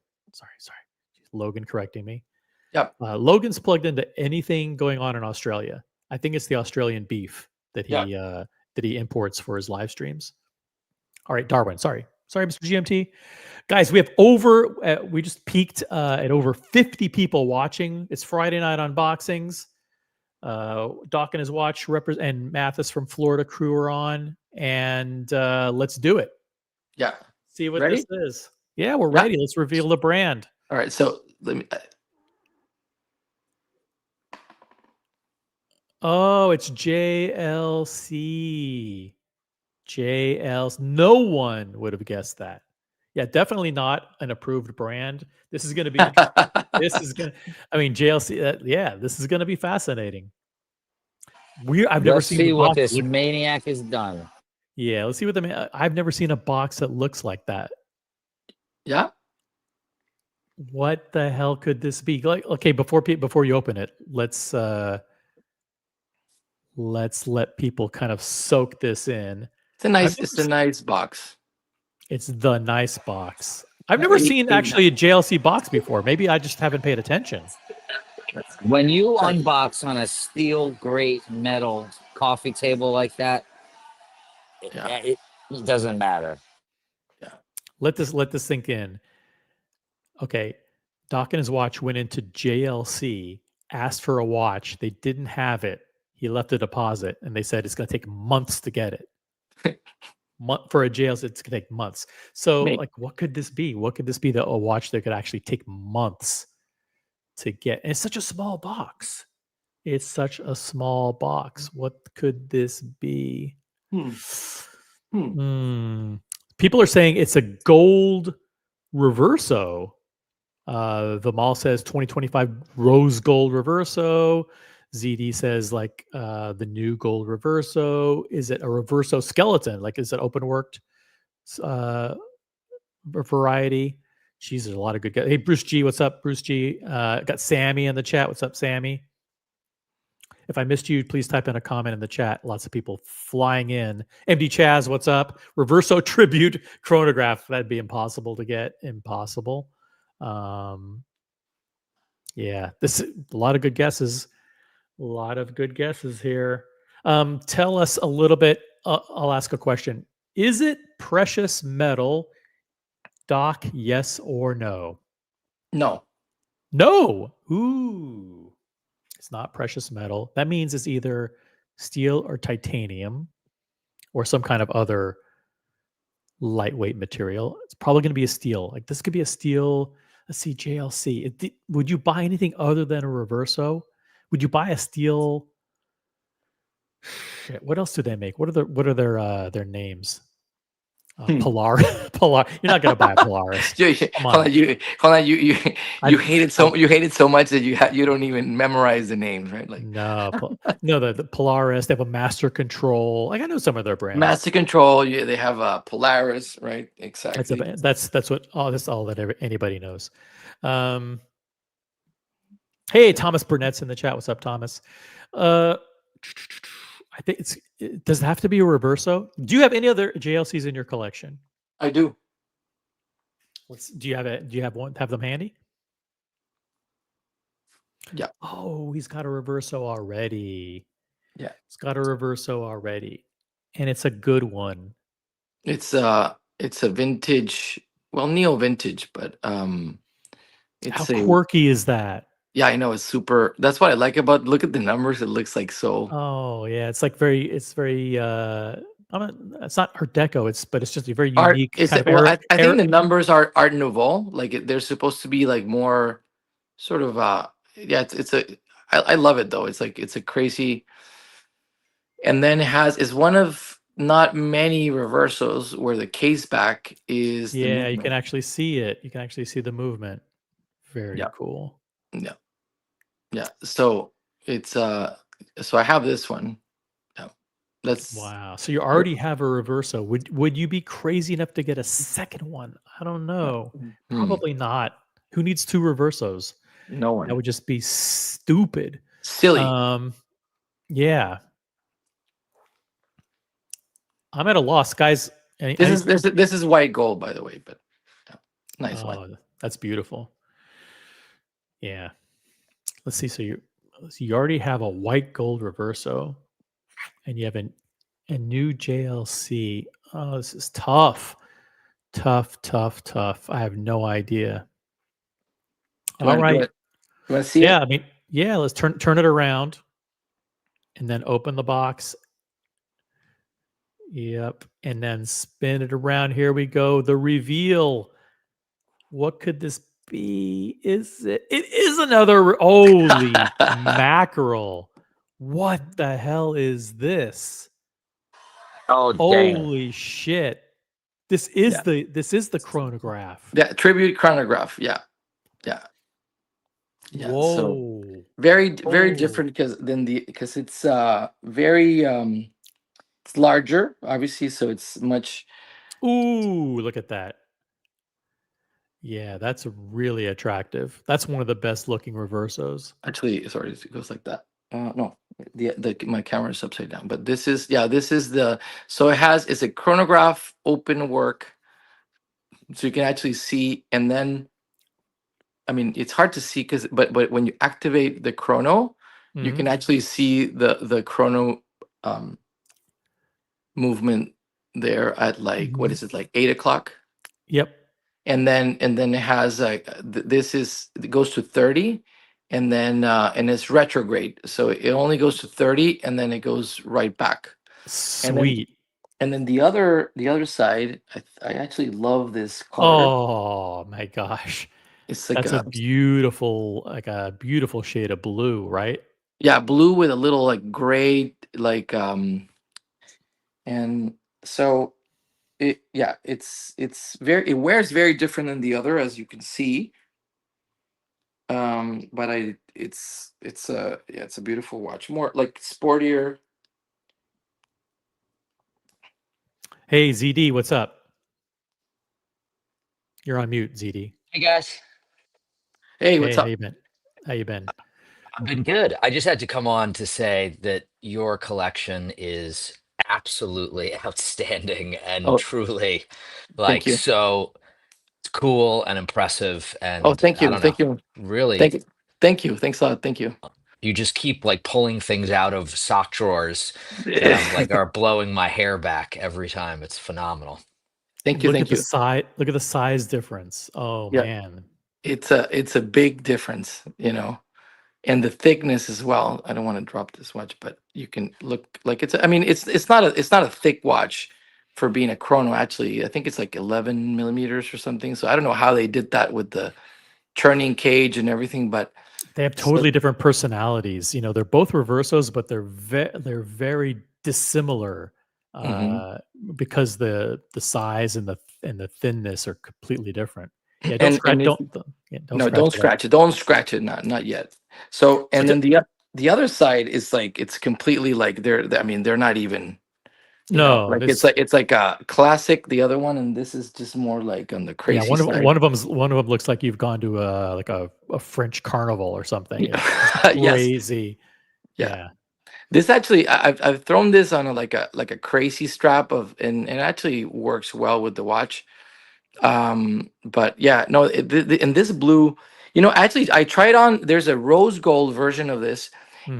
but this one is black. The rose gold version is black with rose gold, Hmm. and it almost looks like I don't know. It's almost like I mean, it's a beautiful watch too, but this side of the watch, like I feel like this is the dial that's better. It's just like that blue. The other one's just kind of black with rose. I don't know. It's almost like it's way too So- simple. Let me get the dial. Is that a guilloche dial, or what is the pattern? Is it It's is it actually flat? Is it sunray? What is it exactly? So it's a very subtle sunray, very very subtle, and it's actually metal. So it's not colored. I went on they explained to me in JLC that they treat so it's stainless steel and they treat it somehow where it turns into this color. So it's not painted. It's treated somehow with heat, and then that's how they get this hue of blue gray. Yeah, I mean it's a sort of like a cool, and it comes with it has another strap that's a little sportier that I have somewhere. Let's see. I haven't tried it on with this one, but this one it's just like a, yeah, kind of like a Oh, that's jeans very type of. yeah. That's gonna look really really good. So you see, like it's gonna look just very casual, but it's gonna look cool too. I'm gonna try it soon. I just haven't, but I'm on the JLC website. I just want to do that. What's the official name of this one? It's it's a the reverse tribute chronograph. JLC Reverso tribute chronograph. tribute chronograph. Yeah. Mm-hmm. Nice Yeah, stuff. thank you everyone. Yeah, this is, you know what, this is one of a handful of watches where when I saw it and I try it on, I'm like, oh my god, this is like I love this watch. I need to get this watch.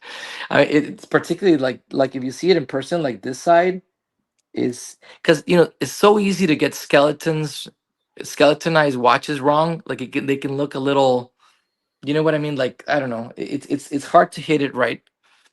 And I think JLC, they did an amazing job with this watch. Yeah, check this out. This is the Reverso Tribute Chronograph. It's 49.4 millimeters by 29.9. It is a manual wind Mm-hmm. steel chronograph. Let's see if I can pull up some additional photos here. Oh yeah. Look at that.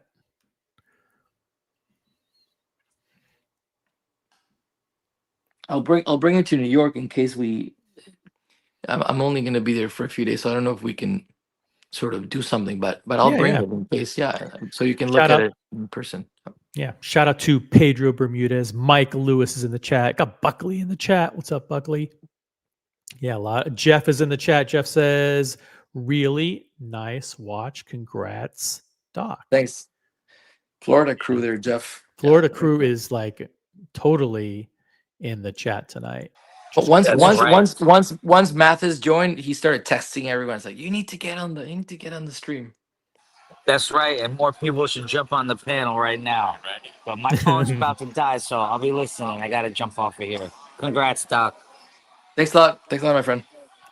Thank you. Yeah, look, this is a nice, very classy light blue, like a blue gray sunray dial. And it's going to look amazing on that denim strap.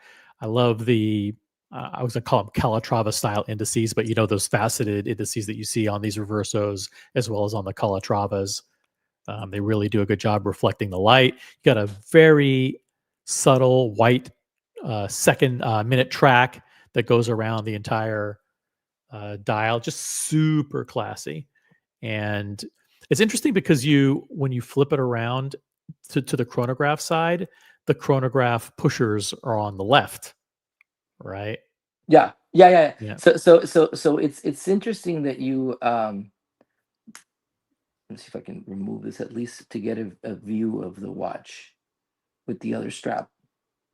They made it a little easier. So Guys, we're performing surgery on the watches with watch tools. Anything could happen here. Be careful. Don't do it. Don't scratch it. Too late. Missed it. There you go. Actually, Yeah, it's a long lug to lug. I'm surprised it actually fits you because those the cases are long. Yeah, it's I have a 7-inch wrist, but I think it's about that. You can pull it off with a 7. If it's less than 7, I don't think you can. I don't think it would So look right. Dawkins Watch recommends this watch for wrists 7 inches in circumference or larger. I Yeah. can't go above like the 45 millimeter ones in their catalog. They're just too big on me. Yeah. Yeah.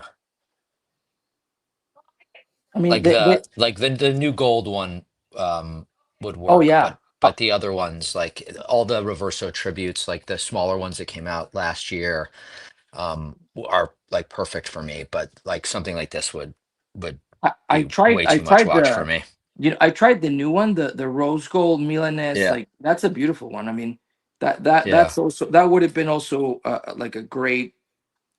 So and I haven't even looked at it this way, but it actually looks quite cool on this. Yeah, that's awesome. I love it on that strap. Yeah, I like the leather detail by the lugs, sort of like really makes it Yep. kind of elegant. Yeah. Yeah, I think the other side, the time only side, Yeah. is going to match that. Look at Yeah, that beautifully. perfectly. Yeah. Yeah, Yeah. that is just killer. And actually, is that a gray leather? That's or is it blue? It's hard for me to tell. It's a dark, very dark blue, almost gray. This part Yeah. here, yeah. Yeah. But it's a Casa Fagliano, like it. Well, I mean, I would need to switch the buckle, which I'm not gonna do now. But we can get a sense. They made a system where you can do it without tools, but it still needs some time to do. But it actually is gonna look cool that way. Yeah, that's That- great. That What's on the is- underside of the band? Is it the same fabric or is it leather on the underside? Or like a Yeah. suede? Leather. calf print. Yeah, Calf calf. leather. Yeah, calf. Calf on the other side. And you know what? I don't know how they made it because it's I mean, if you compare, it's not this one's thinner, of course, but for being a chronograph and then being a reverso, which you need the outer sort of cage for it to rotate. I mean, it's not I mean, it's a little thick, but it's not like a monster by any means. Like I don't know how they did it. It's a good thickness. But this one has more presence. Like I think if you're wearing this, like definitely people. I don't know. It's a little bit more an eye-catching watch. This one I love because it's so.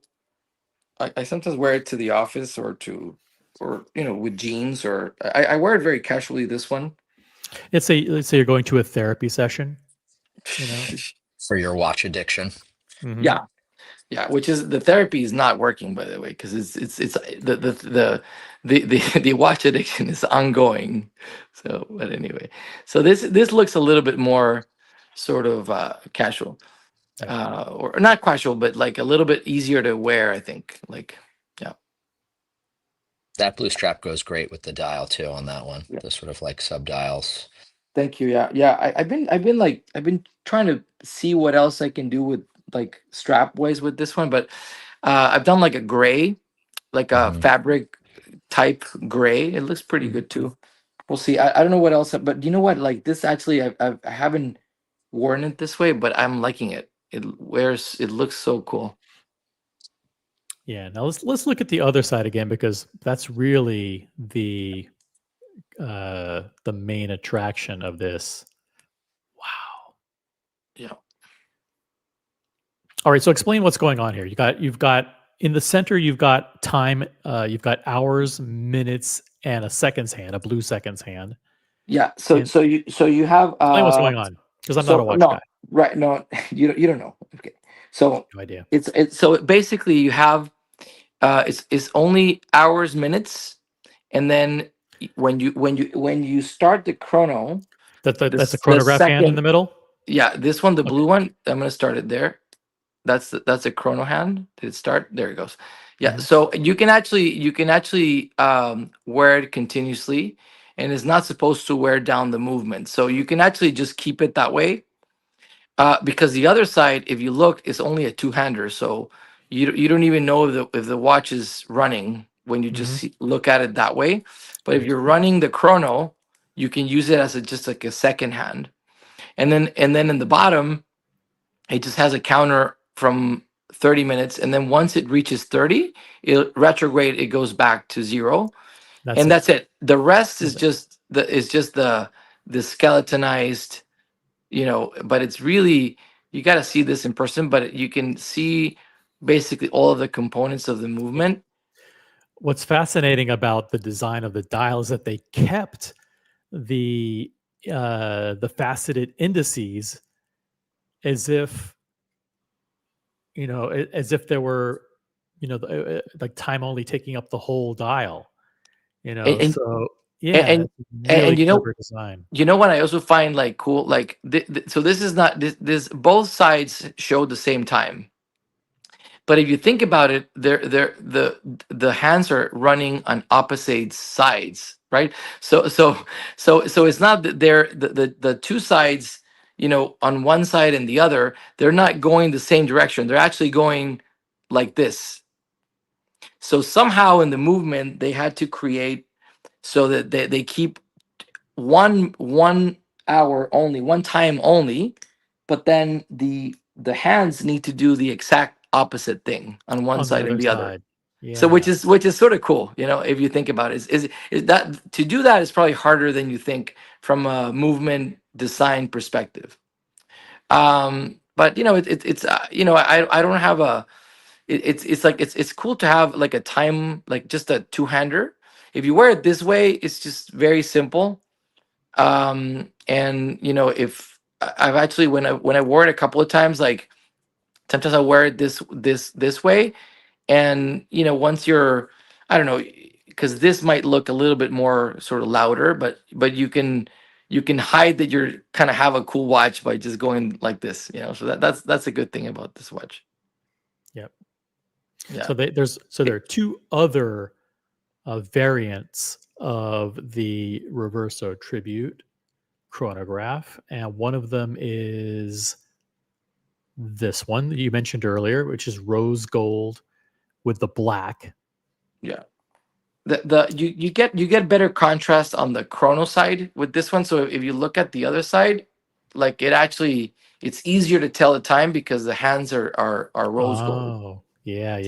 So that's better. This one's a little bit harder to read the time on the other side. But we don't buy these to read to tell the time anyway. Right. Yeah, it's actually quite legible on this one. Yeah. And then the other one that they have is this one, and this is another pink gold, but not with a black dial. This is like a gold dial. They just came out with one that's similar to this. That's a minute repeater this year, which is like a super crazy expensive one. Mm-hmm. But they have the one in the Milanese strap that's very simple, but the backside is just rose gold. Of the newer ones that they came out, this one they have this version on rose gold, and then they have the newer, which again is the minute repeater. That's also very cool, but that's like I don't remember, but it's like 300, 400K, or it goes like crazy. Yeah, super crazy. I wonder why is this one that we're showing price available upon request? It looks like it's like an exclusive model, only available in certain places. Oh, and by the way, can I say? I mean, I have to jump off in a second, but basically, my wife and I went to pick up this, and we bought it at Place Vendôme in Paris. Okay, so we ordered it there when we were vacationing, and then they said, well, so we were like, we can pick it up, next year. So, and then when we came back, before we left, the guy I made the deposit, and the guy said, by the way, when you guys come back, we can make something special for you guys, because I see that you're very much into watches, and we can make it an experience where you can actually, work on a movement, with a watchmaker. And I'm like, oh my God, yes. So I thought and then I email him like, oh, we're coming in next month, to pick up the watch. can you offered this when we were there? Do you think it's possible? They're like, no problem. So we figured out a time, and honestly, I thought it was gonna be like a just like a like a 20-minute, like, oh, this is how we do it, like look at the movement, and I don't know, like just maybe like take out one thing and that's it. So anyway, so we get there, and there's a watchmaker waiting for us, and it was like a whatever time we needed, but the guy said, when we do this experience, is 2 hours, and it took us 2 hours, by the way. So anyway, so the watchmaker was there, and they had this exact movement of this watch, but they had like two of them, one for my wife and one for myself, that was like set up with a microscope and all the Oh. watch tools, and like I have like these cool pictures when we were doing it. And then the guy is like, okay, I'm going to show you a video of the movement, and then I'm going to tell you all the steps that we're going to do, because we're going to disassemble this movement completely, and then we're going to assemble it. And I'm like, okay. So and literally, like, we started with this exact movement, just like on these like plates that they have where it's like fixed. And Yeah. then we had like the instruments on the side, and the guy had like a little pointer, and he's like, remove that screw. And then he would tell my wife the same. So we literally removed it until it was all on these little plates that they have. Like, we've all seen the videos of the watchmakers. So until we only had like the base plate, nothing else. And then after that, they were like, okay, now we're going to put it back together step by step. And it took us like, 2 hours. And the guy was super sort of patient. Like, they had nothing else to do. The guy's like, no, I'm here for you guys. I'm just going to watch, I'm going to make sure that you guys sort of like have a good experience. And meanwhile, they're like, champagne. I mean, let me tell you, I've never had an experience That's awesome. like that. So, I mean, most experiences are, we all know how they are. It's like, So this is a JLC boutique, or is it a different? It's a boutique. It's a boutique at Plaza Vendome. Like Plaza that Vendome, place got that has all the, has like Patek is there, and I think Vacheron is right next door. It And sounds amazing. That sounds like a really special experience. Yeah. yeah, no, it was like out of this world, and really, really cool. And then that's, and so anyway, so I think that, like, because when someone says, well, why would you ever buy a watch from a Yeah. boutique? Well, those the people who say that are people that don't appreciate luxury experience. Yeah, that's true. Number two, they're cheap. Number three, they can't get watches anyway. So those are the losers who can't get allocated watches. So don't worry about that. Yeah, But so, yeah, so I mean, So, but I think a good, if you have a good relationship with, and they're good people, they can give you these like really special experiences. And I know Jorn does, like, I don't know exactly, but I know Jorn has sort of like different style, but they do that, and Vacheron has its own version. I feel like it's like, if you're gonna buy one of these watches, it's important to make sure that you're buying them from someone that's gonna sort of go the next step, and show you around and give you an experience. And So Yeah. you bought this in Paris. yeah. And And, by the way, I got my tax back, by the way, when I Oh, declared you it. did And you Ooh, did the very tax. nice. I was going to ask. And Oh, yeah. what did you do when you landed no, let me tell you, back stateside? so no, nothing. I asked, like, I asked them, like, do you need to? And you don't need to declare when you come in. You don't need to declare, because you declared it already when you boarded. And so yeah, you don't need to declare it when you come in. Now, rules may change, but that's not something you need to do. And La la la la la la la la. Not exactly. listening, la. No, seriously, no. I mean, it's not. I mean, I've had. I'm not gonna go over all the story, but trust me, I've had my experiences with, like, declaring watches and Customs. paying taxes Yeah. after, and customs, and I've been through all of that. But anyway, no issues. But I thought it was it worked out because when I was in Paris and we were about to plane or take our flight back, um, we presented all the paperwork and they're like, "Oh, this is a watch," and then I was wearing it and she was like, "Oh, let me see the watch." So anyway, I take it off. I give her the watch, and she literally looked at the like she actually looked and see like, oh, let me see exactly the reference, like they're like, if we're gonna give this guy his tax back, we need to make sure that this is the actual watch. Right. They're tough as hell. Now this is right before the new sort of rules came into play, so I don't know if it's gonna be harder to do that in the future, but Yep. anyway. MD Chaz in the chat says, "Wow, cool experience." Thank you, MD Chaz. Mike Lewis says the rose gold one is $60,000. Yeah, there's two rose gold ones. There's this one right here. Let me show The you. Milanese and I think it's something like 40 for the This is tribute 40. chronograph rose Yep. gold, 40 or something, and then the other ones I think 60. yeah, Yeah. 60, which is it's a beautiful. By the way, the Milanese is this size, so it doesn't it wears, it's basically this watch, but it's rose gold, and then all of this is like Milanese, like rose gold. I mean, it looks cool. It looks kind of like very 70s vibe, but it's a nice watch. But I feel like it doesn't have. That's a cool watch, but if you turn it around, it's just rose gold, so it doesn't have the like the movement, which I don't know. That's sort of like Yep. what makes the watch.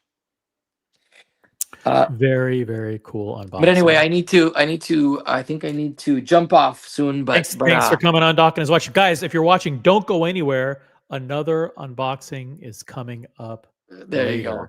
I'm gonna have to watch the rest of the show tomorrow. But anyway, thank you guys thank you OC for inviting me. You're always so great, and thank you so much. I might see you next week in New York. We'll see. Okay. All right. Let's reach out to me and we'll set something up. Doc and his watch, everybody. Such a good friend, such a great member of our watch community, and a very proud member of Florida Crew. He does Florida Crew proud. Florida Crew. Yeah, That's Matt. Thanks, Doc.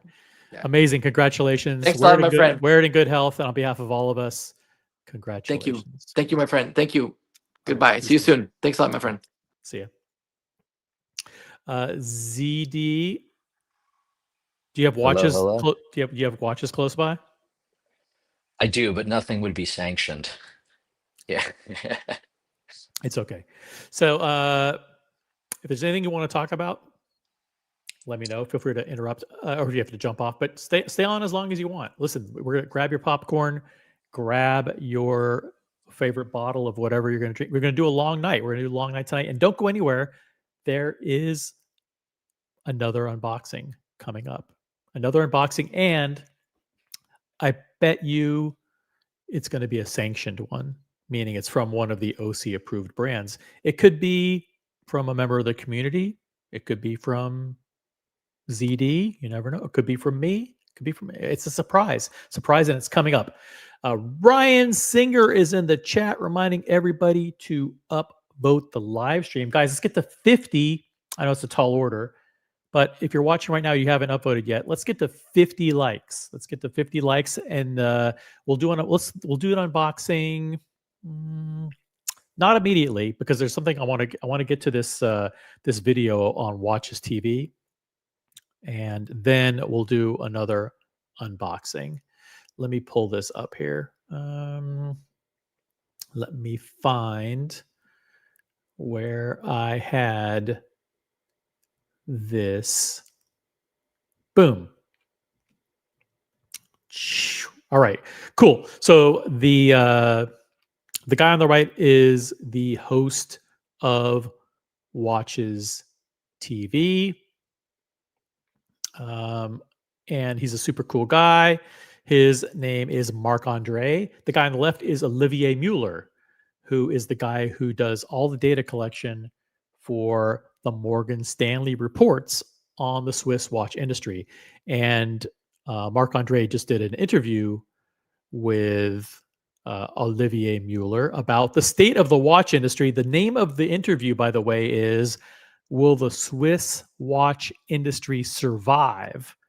So it's a pretty dire clickbait headline, but there's all kinds of cool information in here. And I want to thank the people at Watches TV. Let me see if I will drop a link to Marc Andre's channel in the chat. Please subscribe to Watches TV. It's one of the best.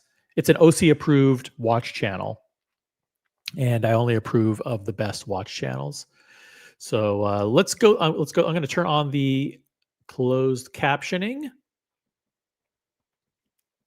and let's get to the good stuff. Let's find out what's going on with the industry, and will the industry survive? Exclusive interview with Olivier Mueller. On to this one. I mean, I think it's a meaningful mission. It's purposeful. It's a tool for the industry. It's a tool for students. It's a tool for the general public.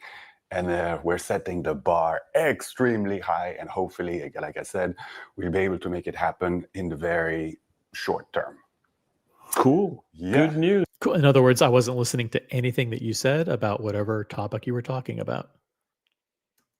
Yeah, absolutely. But yeah, like I said, it's big, it's ambitious, but we have a team of fantastic people around us working on the project, and we really want to do something that will mark basically the industry. It may sound a little bit pretentious or whatsoever, but I mean, we really set the bar quite high with this one.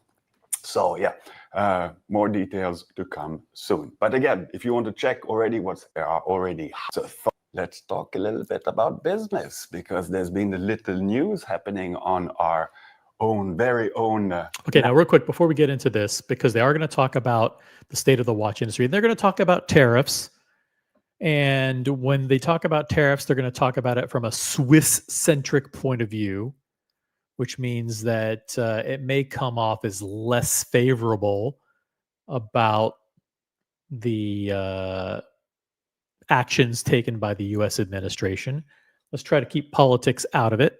We'll keep politics out of the discussion, although they do make their feelings known about what's going on here in the United States. But let's try to put that aside. ZD, let me ask you this: is there a watch that, if it went up in price by 10 or 15%, that you would, even though you wanted it before the price increase, you would say, you know what? Forget it. The price is now too high. You know, actually, maybe your 5212, which I'm waiting on. I think that that's a watch that I really love, and I've been talking to a few different ADs about getting, but if it went up to 45K or whatever it would be at, not including tax in a high tax state, that might knock it out for me, to be honest. Yeah, this watch, I think, a retail is 41. You start adding in the strap and the deployment, you're probably at 42. You add tax, you're at 45, 46. It was at 39 last year, which felt like a great price. Felt like expensive, but still a good price for a steel watch, but with complications, obviously, and it's so great. But yeah, I've actually been thinking about that one in particular, and I saw the Wristcheck thing today. And I was like, God damn it. I hope it's clickbait, or that they're just lying, as you said. Lies. But yeah, that was one that might take me away from wanting to buy it from an AD, which is frankly the only way I'd really want to buy that watch. But yeah, that one. Now, people might not remember, but when you came on the first time, and it was a surprise, was unscheduled appearance, you just popped on the panel and you decided to do an unboxing. I don't think people remember what you unboxed. It was not something trivial. No, it was a new white gold Daytona with the baby Le Mans on the Oyster Flex. Yep. The baby Le Mans on Oyster Flex, an incredible watch. Very, very hard to get still.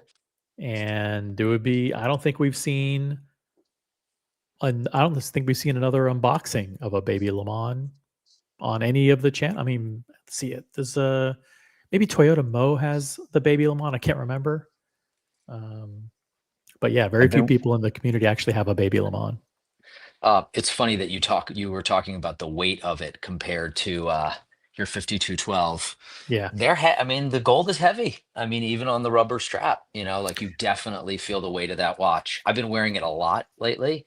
And just I love it, but Yeah. it's got The interesting thing about the solid gold Daytona on Oysterflex is this actually weighs 20 grams more. It's 20 grams heavier than a full stainless steel Daytona with the stainless steel bracelet. So that gives you an idea of how like the heft and the mass and the feeling of luxury that you get with a precious metal Daytona over a steel one. Again, the full steel bracelet version, this is just the rubber strap, but the fact that the case is precious metal and the clasp is precious metal make this weigh 20 grams heavier than the full stainless steel version. You're well aware that it's on your wrist. Yep, you're definitely aware. And this is like night. It's like night and day. Totally. You need to be a great athlete to wear this watch because it is, in order to move quickly. Yep. If you want to jump on the panel, join us in this conversation, click on the link that says join the panel somewhere in the chat and you can jump on. We're going to talk about the Swiss watch. We're not going anywhere, guys. We're not going anywhere. It's Friday night unboxings on the original OC channel.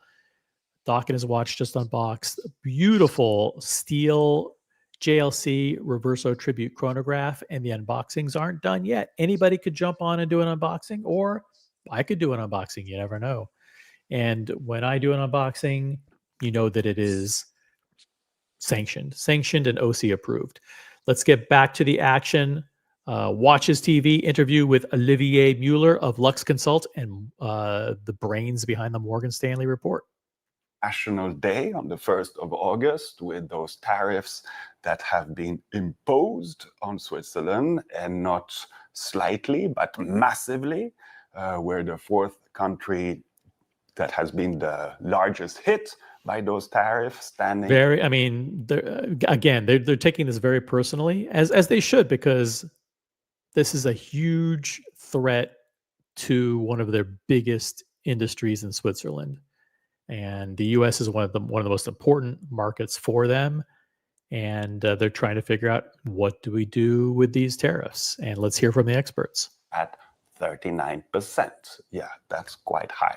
So, just out of the blue like this, what do you think? And by the way, shout out to Watches TV. But by the way, this content, which is copyrighted content, by the way, is being used and replayed. Because it's newsworthy and we're doing commentary over it. It's being played consistent with the U.S. copyright laws under fair use. Just wanted to make sure I get that out there. First impression. Out of the blue, it was a shock because we all know that beginning of April, on April 2nd, it was this infamous Liberation Day by Mr. Trump, where we had a 31%, which we could have gotten in our face, and then finally we got away with the 10%. No one expected that we would end up with a lot more, which is those 39%. So translated into retail prices, this would mean more or less price increases between 12 and 15 and 14% on the American market. Why? Because it's a tariff. Just real quick, this may be where some of the rumors and unsubstantiated reports of 15% price increases came from. Like, people saw this. Olivier Mueller is a very respected and well-known consultant in the Swiss watch industry. He did this video. The news circulated, and it probably spread like wildfire. Oh, like he thinks there's going to be 15% price increase. So, and by the way, ZD, you don't have to be shy. Jump in with any commentary, or if you want me to pause at any time, just shout out pause and give me your opinion. My big thing is on the American market. Why? My big thing is if these as long as, we've heard that, everybody shipped a lot of watches, and it's all, I mean, I read an article, I think today, this is all really about the Swiss pharmaceutical business, which really dwarfs their watch business massively. Right. I mean, it's like the watch business is really minute in comparison to their pharmaceutical stuff. And that's really where the sort of energy around these tariffs are coming from. At least that's what I read. But I'm the not an expert. pharmaceuticals are exempt from these tariffs. So if you're using these tariffs as a stick to try and bring the pharmaceutical industry to the table to reduce prices on drugs or whatever, then they're not even subject to these tariffs. I don't think. Yeah, I don't know specifically. It was it was our Treasury Secretary Scott Bessent was talking about, the Swiss pharmaceutical industry is making too much money off the United States.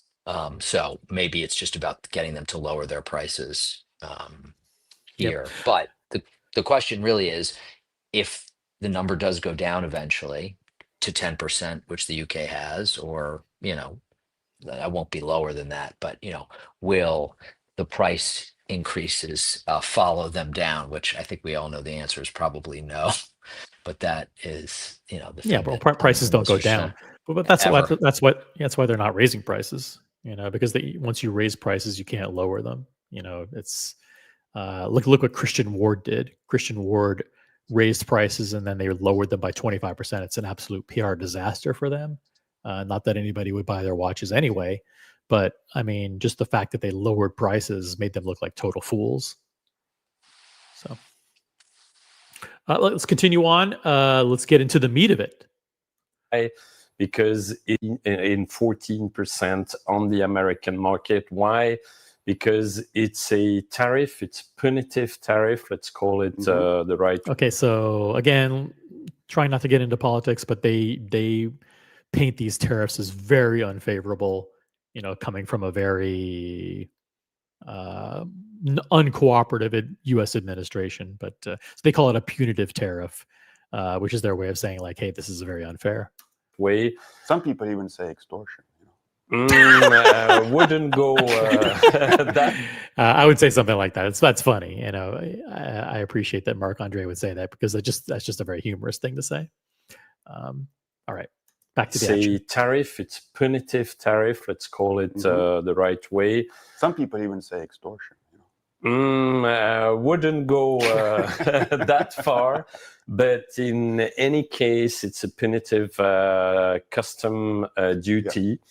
And that increases the price on the import value, which normally is about 1/3 of the retail value because you go through a regional distributor or through your subsidiary, and the transfer price is about 1/3 of the retail price. But of course, the situation is different if you sell directly to retailers, if you have your own retailers, or if you go through wholesale. So the whole situation is very much different for each brand. So this point is very important because a lot of people immediately hear 39% tariffs, and the first thing they do is they multiply the MSRP by 39%, and they think that the prices are going up by that when it's really not that. As Mueller explains, it's basically there's a transfer price from the Swiss company to the U.S. distributor, and then that U.S. distributor then sells to the retailer. So, like in to put it in like a real world scenario, Rolex Geneva, Rolex SA sells to Rolex USA at a certain price, and then Rolex USA sells to Watches of Switzerland or whatever at whatever price. But the price, it's really the import price that's being hit with the customs duty, and that's about 1/3 of the retail price. Diego, what's up? Hello, just got home. How was golf? I think it was good. I hit 270 balls, so it's a lot of balls. Yes. A lot of balls. It was good though. Yeah, you didn't see the unboxing from a Doc and his watch, but it was a killer I saw it on the way home. Yeah, Reverso I tribute. was listening in. Yeah, very cool. But now we're going through this interview with Oliver Mueller from Lux Consult, the brains behind the Morgan Stanley report, and we're talking about tariffs and the impact on the watch industry. Let's keep going. I mean, if there's anything else you want to talk about or bring up, whatever you want to talk about. I've seen this video. It was interesting. Yeah, let's just go through a little bit of it. Important that we kind of detail this indeed, because it has, it also gives a little bit of room to play in a certain way, depending on the type of structure that you have in place already in the US. Maybe can you explain a little bit the differences then? Yes. So basically what everyone has done, I think this applies to almost anyone except, of course, for the ultra niche players making maybe a few dozen watches a year. But for everyone else, the rescue, or at least they hope it would be their rescue, was to ship out massively to the US. And I hope that somehow we get to a better negotiation at the end of the story. And this is something we've seen in terms of export figures. Absolutely. Meanwhile, while we negotiate, we're going to raise prices of watches. And when the negotiation comes, they will not be lowered. We'll keep them at this elevated level. No. What he's saying is actually the opposite. Is that in anticipation of these tariffs, they shipped a fuck ton of watches to the United States. Yeah, and guess what? Those ADs are not selling them. but they have them, and they've come into the United States at the lower prices, not subject to any tariffs. So they have breathing room. They have many months of breathing room. Their feeling is like, hey, these tariffs are going to get lowered. There's going to be a negotiation. The courts are going to strike them down. There's all kinds of turmoil, and it'll get sorted out. But we need a little bit of breathing room, some time to get these tariffs figured out. And so they shipped a whole bunch, and they don't have to do anything drastically. By the way, Farther Artifacts in the chat says, "Good to see you, Diego." I see Diego, or I hear Diego every single day. So I won't say I'm sick of him. We haven't spoken in what, 6 months? Yeah. I talk to Diego every single day. It's overkill, but there's a lot to talk about, a lot to catch up on. Do you think that some of these brands are holding on to supply? Like, hey, we just sent you a shitload of watches. We're good. We didn't have to pay this tariff. Don't sell them yet. We can make more money. If these tariffs go into effect, we can make. You have to remember, there's so many brands that you could just get, though. Whether it's there's all these other brands they shipped on that, like, you don't want. Like, you don't want the Constellation from Omega, tags, all these things. Those all came over too. So I'm sure they're sitting on a fair share of GMTs and Royal Oaks and 222s that we want, but there's a bunch of tag Formula Ones that you don't care about sitting there. Yeah, I think I saw somewhere they were like, they said, "Oh, good news! Like Hoyer and Breitling, they've got and Tissot, there's a 6-month supply in the United States. Yeah. Phenomenal. That's a 6-year supply. Like, let's be real." Yeah, that's according to this financial analyst call. This Nick Hayek, the CEO of Swatch Group, said that they shipped a 6-month supply to the United States. Yeah, Blancpain, Breguet. Yeah. Can you imagine? I mean, do you think so? I think what you're saying is, okay, they have this big stock that they brought in before the tariffs, and now at some point they could raise the prices. These guys will apply the new. These guys here listed, they'll sell them at whenever they can. But I'm thinking Patek. Well, I don't. But I don't think. I think they want to stretch. They want to stretch out that supply as long as possible. They don't want to like sell all of that in 1 month. I think if these brands listed here sold their entire stock, they'd be fucking happy. They would. Like, holy shit. Yeah, I think the reality is that it's impossible to sell all that in 1 month. I think when they say there's a 6-month supply, it's based on the average amount that they typically sell in a month.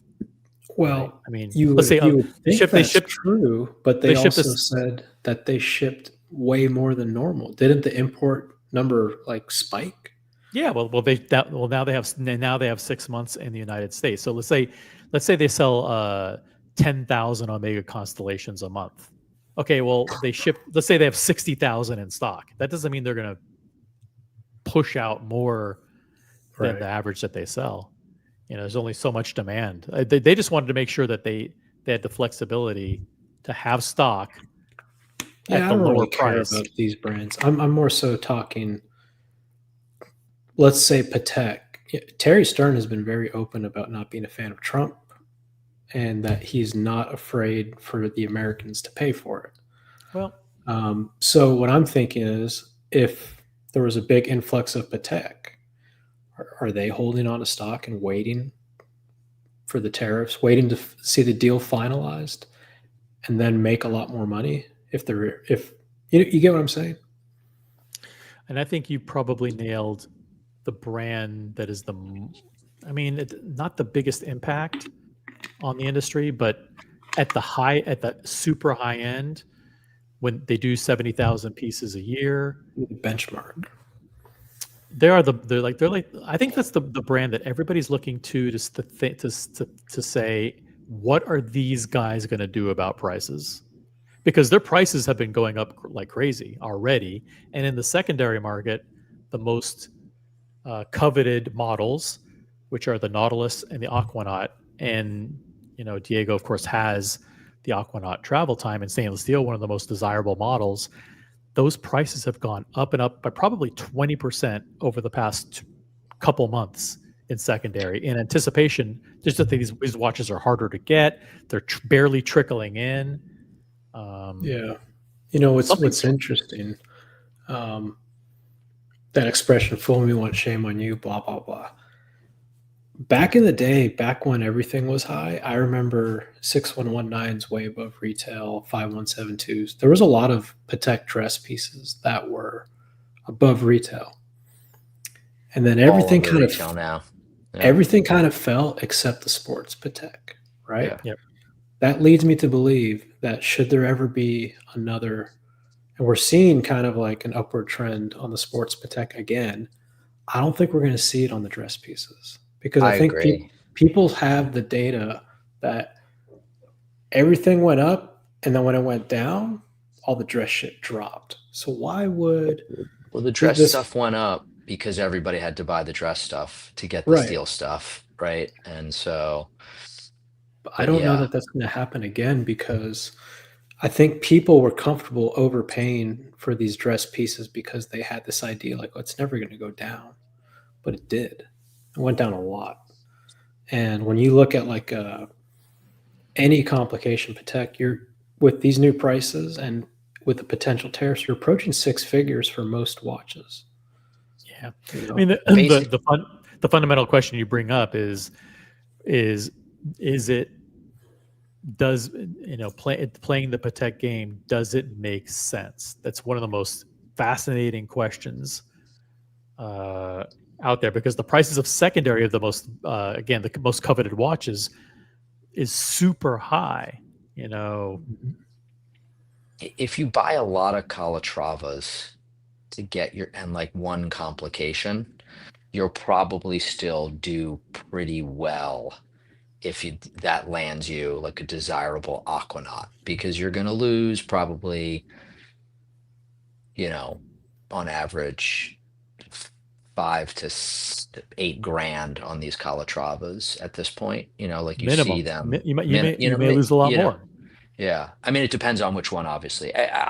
Everything like that isn't a sports piece. I mean, not everything, but the vast majority of their catalog under 75 grand and under trades under retail. So that's just like the lion's share of the Calatravas, the lion's share of the complications. The ellipses are pretty steady in the secondary market, but you could get a great vintage ellipse for 18 grand. So, Yeah, it's becoming a lot to stomach. Like we were talking about it earlier today, like the like a 5172G. that may be 96,000 out the door in a couple weeks. That is a piece that anybody can go in and get as their first watch from Patek. Yeah. I mean, it's just The insane. the complication version of the 5226. I just saw someone on a WhatsApp group, like I think a 2024. I can't remember what the price of that watch is, but it's expensive. It was like at least $16,000 under retail, being offered. That's nothing. That's nothing. And like, I'm not even thinking above retail, below retail. I'm thinking if you want to start your journey, yeah, that might look like 96,000 as your first piece. And there's no guarantees. That's the other thing with these journeys. There's no guarantees. There's a lot of other people on the same journey. I feel like we've reached a level of critical mass where we're coming very close to it with some of these watches. Like, are you really getting $100,000 worth? I mean, $100,000 can get you a lot. Spend a bunch of time on the collectability website. Like, they have like fantastic watches, annual calendars, great Calatravas, like neo vintage, like late 90s Pateks. Like, you can do phenomenal in the secondary market with those things if you're willing to buy vintage, just it's unbelievable. And it typically means like an Ellipse or something, a very old Calatrava manual wine kind of thing. Not necessarily. I mean the 6119s are manual wine, but even just like early 2000s, I saw something that was like 21 grand that I was interested in. I just it's this brand, which I think a lot of us love, is pushing the limits, I think, for anybody that isn't a centimillionaire. Okay. So let's do some math there. What's that retail right there? 87,000. Yeah. So 87,000. And then let's just say 15% increase. Sales tax, that's $109,000 at the door. By the way, forget the 15%, even if you just live in New York or California, like you're almost, you're already fucked. And in any major city, the taxes are around 8 to 9. Yeah. But that's $109,000 with sales tax and a potential 15% increase. That's a lot of money for a watch on a strap that is readily available. I don't know. Yeah, but the question is, how many of the people are still playing the game? And for Patek, does it still make sense to play the game? I think we've done the math many times. It doesn't. If you want to not, but the Nautilus is so expensive in secondary. Yeah, you're going to be spending $115,000 for a 5711, right?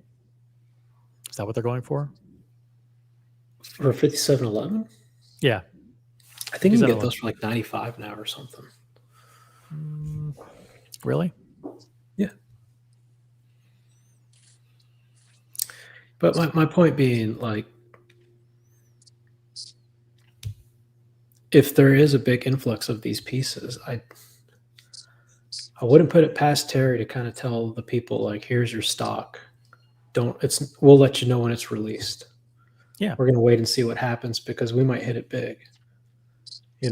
They're not, if they received a watch in August and the deal's finalized late September and there's no tariffs on Swiss imports, they're not going to reduce their prices. They're not going to go, oh, you know what?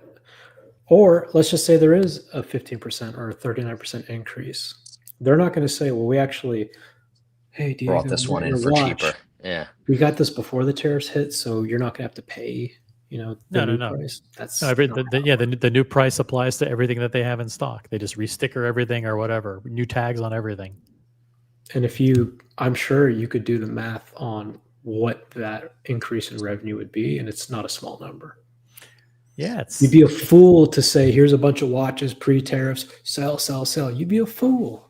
The accountants would be going crazy. Like, what are you doing? The new salmon dial Calatrava, when it hit the market, on April 1st, or when they announced on April 1st, it was like at $47,000 and change, because their prices are like $47,382. They raised the price on that watch within the month.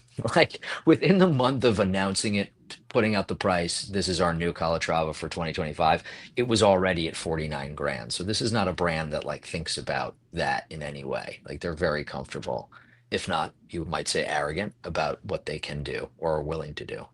Yeah.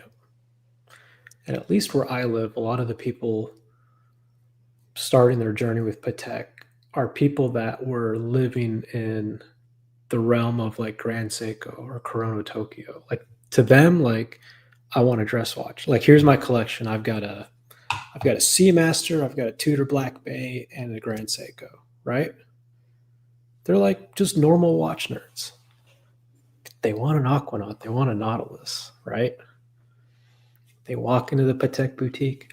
Oh, this $90,000 dress watch is just what I need, right? I love it. I've always loved it.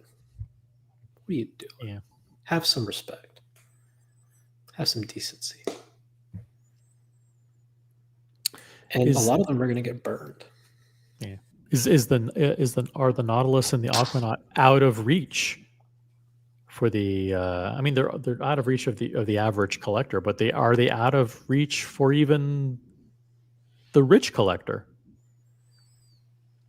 I think so. I think this is a brand for centimillionaires at this point. That's Really? really what I really do. I mean, if you really want to invest in this brand and play with Patek, and not just to get the Nautilus, but to like continue to grow within the brand, I think that like you can't just like be someone who's doing well, and feeling great. Like I have a great job and I make a great living. Like, you have to be annihilating it, Yeah. Travis brings up a point. He says, let's be honest, the average Patek boutique buyer is not concerned about price. I disagree.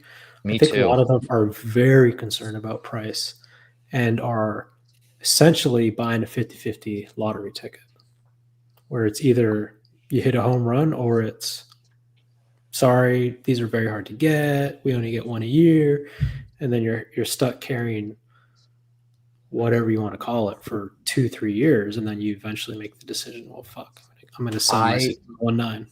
I got my 5226 last year. Was the first Patek I have gotten, and I went in asking for that or the 5212. I was allotted a 5226. I love it, wear it all the time. I look in that catalog of where I can go, and if I want to like clear out a bunch of stuff in my collection, which I don't currently, like, yeah, I could go grab a complication from them and at $69,000 that I could get on the secondary market for 53. I'm like super price conscious, Yeah. It's like one of the torments, because if I wasn't, I'd be like, fuck it, let's just like let it rip, but I think it's hard if like you want to like be like, okay, this like I'm gonna lean into Patek and that's what I'm gonna buy. You have to have a shitload of capital, or Yeah. really be trading in and out of stuff. Let's be honest. Anybody that's buying Patek dress pieces from the boutique is either very like, I only buy brand new, right? You're the one of two things. I only buy brand new. I'll never buy something used. You're either that guy or you want a Nautilus or an Aquanaut. Because if you're price conscious and you're like, wait, I can get a 6119 from European Watch Co. brand new, unworn, for like 10,000 off, why would I go pay 10,000 more to boutique? Oh, it's because if I do that, I might get this. I did it because that was the most expensive thing I've ever bought other than a home. And so I was like cognizant of the fact that like European watch companies, some of these companies are great and trustworthy, but I was like, I kind of want to feel like for this amount of money, I have like the actual brand, like the connectivity to it. That was just my own like personal anxiety laying out that much cash. Yeah, that's a valid reason. And by the way, I'd love an Aquanaut.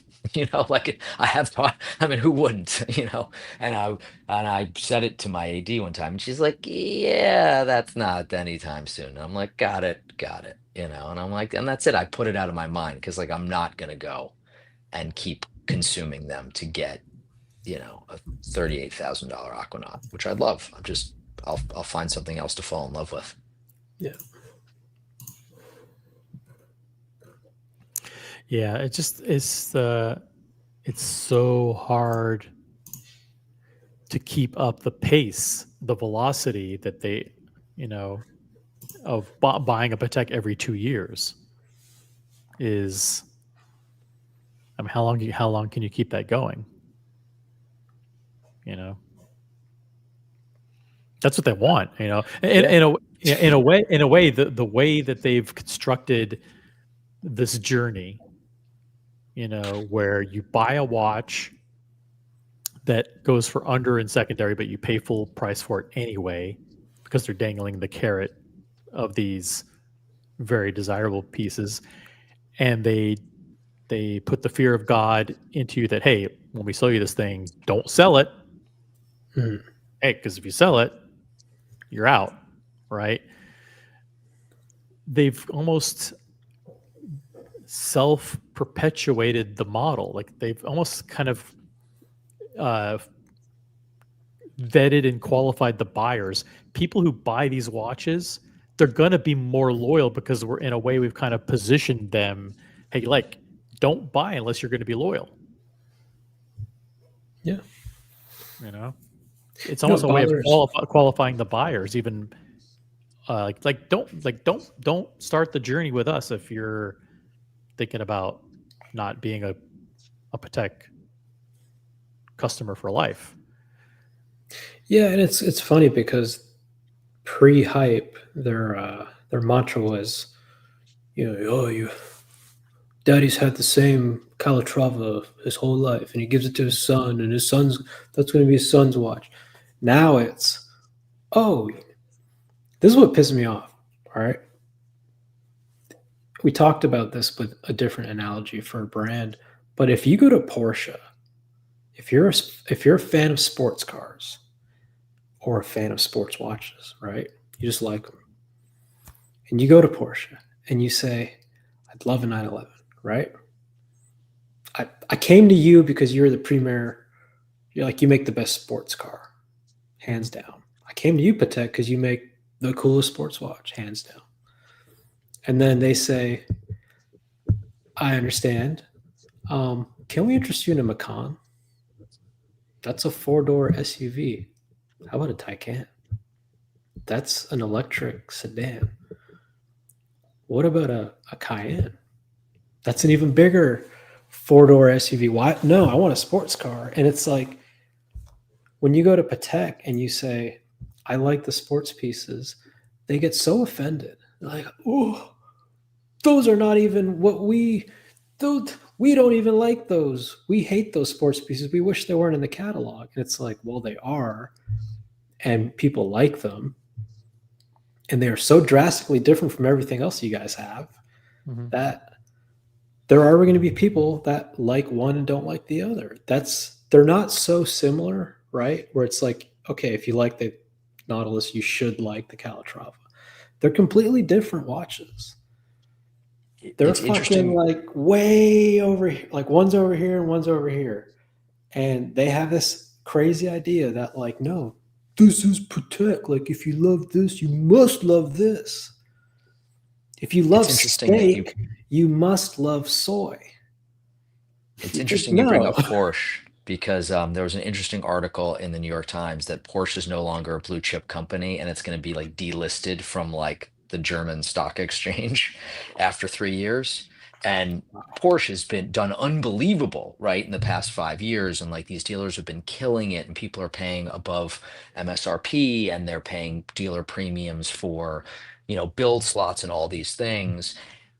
There's stuff going on. And a friend of mine is looking, you're describing a friend of mine. He's obsessed with Porsche. He's obsessed with sports cars. He's had a few different Porsches and he's like really wants a GTS. And so he's been looking at different GTSs and, there is a I can't remember what it is, but multi 5-figure premium on a couple cars that he's looking at, dealer premium. It's like they're still holding on and putting out this posture, but like behind the curtain, it's actually not going well for for them. Like the tsunami's kind of coming, and like the dealers here are still like holding on, being like, we're going to jack everybody as long as we possibly can. And I think there's probably still some. I think Patek is probably the brand that is the most susceptible to that in the Swiss watch business, because like of the premium brands, because so much of their catalog is as you described. Like there are people that love the dress stuff, but they have a lot of it, and they have a lot of They are hypocrites because in one breath they say, well, you must love our dress pieces. Oh, the Nautilus, fucking whatever. That's just a watch we made for people with boats. We don't even care about that. In one breath. In the other breath, oh, you want that watch that we don't care about? You gotta be a long customer. You gotta have like 5 pieces and multi-year relationship. We want to give those to our VIPs. It's a fascinating dichotomy, right? It's bullshit. It's bullshit. Yeah. But Patek, of all the brands, is probably the one that can continue to raise. I mean, you just argued that prices do matter, and I'll throw out a counterpoint that I think they're able to buy, people who they're courting, they see those kind of customers as not being price sensitive.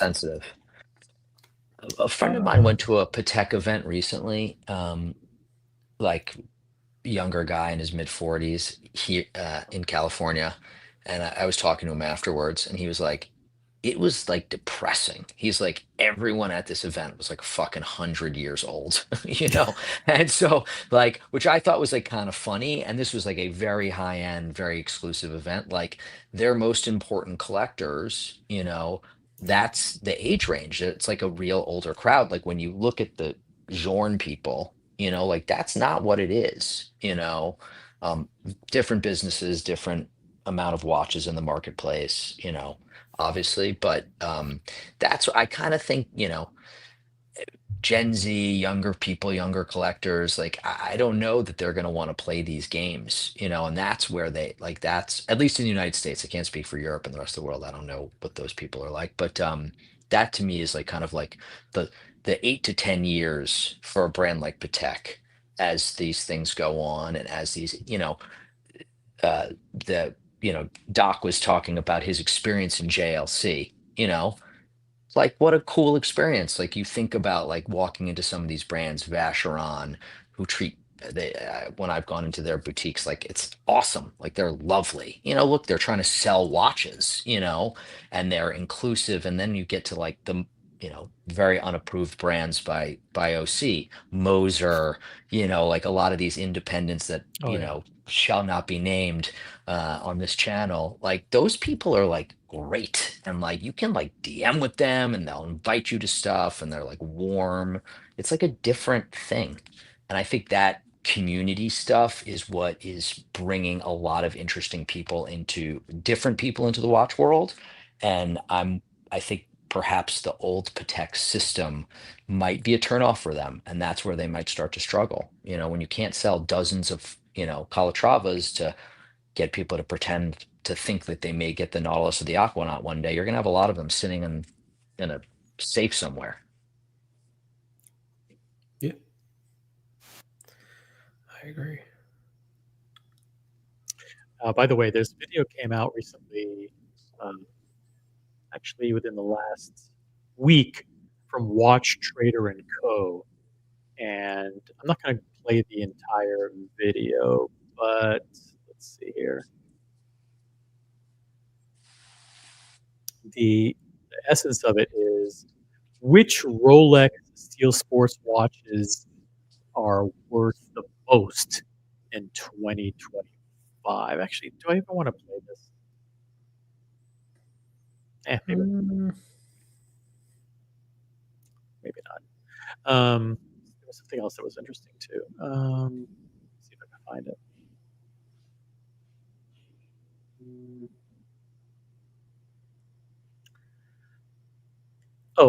This is a cool one. You quickly notice different types. Check this out. So, Dubai Expat, who's had a YouTube channel for a very long time. I love him. Yeah, he's a cool guy. He did a video entitled "The 7 Watches I Lost the Most Money On." I just watched it. It's great. Yes, this is. Let's just go quickly through the 7 watches that he lost money on. So, for people who don't know this channel, I found him many years ago. He lives in Dubai. He's German. He really wanted a GMT, a Pepsi, during kind of like the height of the pandemic. He called every Rolex boutique, I think, on Earth, and then posted a video of him calling all these boutiques and basically getting blown off. And then one in Texas saw the video, reached out to him, and they were like, "We'll sell you a Pepsi." So he flew from, I think, Dubai with a friend to Texas, and they sold him a Pepsi. His buddy picked up, I think, a date sub, which was great. And that's how that was like the first video of his that really popped. I thought it was great. Yeah, that was a very famous thing that he did. He did a video saying, like, I'm going to call all the ADs in the world until I eventually find one that's going to sell me a Pepsi. And it worked. But here are the 7 watches that he lost money on over his watch buying journey. Profit. He bought this in 2023 and sold it about a year later. I still love the watch, but at the time I had 3 GMTs and it felt a bit redundant. I paid $18,000 and sold it for $17,000. So this is the Guinness, the 2-tone Guinness yellow gold with the black and gray bezel. So I mean, he didn't lose a lot of money on it, but he bought it and sold it at a slight loss. Whoop-de-doo. What's next? Number 2, Tudor Black Bay 41 red bezel. Oh, of course. I bought this right after release. Yeah, I wouldn't be surprised if he lost all his money on this. But I mean, why did he buy this in the first place? There was no reason to actually ever buy this. Excited to review Tudor's first Jubilee bracelet, but I quickly realized it was too big. A Tudor. He realized it was a Tudor. Me, and I never wore it. Never wore it. Listen, guys, Tudor is a disaster. If you have a Black Bay, you don't need to buy. Oh, this one has a red bezel in it. Yeah. You're gonna put it on your wrist and go. I bought it to review it, and I never wore it. I mean, it's just like my other Black Bay. All right. Yep. And no one needs to buy Tudor ever. I paid $4,800 and sold it mint for $3,400 without even wearing it a single time. Next, I loved and wore for nearly 3 years as my go-to outdoor watch. I paid $4,500 and sold it for $2,800. $1,700. Terrible watch. Tudor Pelagos. He spells it Belags. Tudor Belags. FXD. Terrible watch. Awful watch. I'm glad he got rid of it. Own it, especially as it reached the bottom of depreciation. Watch number 4, Tudor Black Bay 58. Another great piece, which I even upgraded with. Not a great piece. I had this watch lost 50%. 50%, never wore it a single time. With an Uncle Seiko bracelet. I think out of all the Black Bays, I think the blue is the best one. This is the one that started the firestorm. This is where they should have stopped. Yeah, this was the introduction of the Black Bay 58. Oh my God, aluminum bezel. This is the right size. It looks very classic. They nailed it with this one, and it was the right price at the time. Whatever it was, 3,000. And then start creeping up and up and up and up. And there's nobody that watches this channel, or nobody that watches like the mainstream watch live streams should be buying Tudor. You guys should be way past that. Altogether, it cost me $3,700. There you go. That's the 50% loss. 50.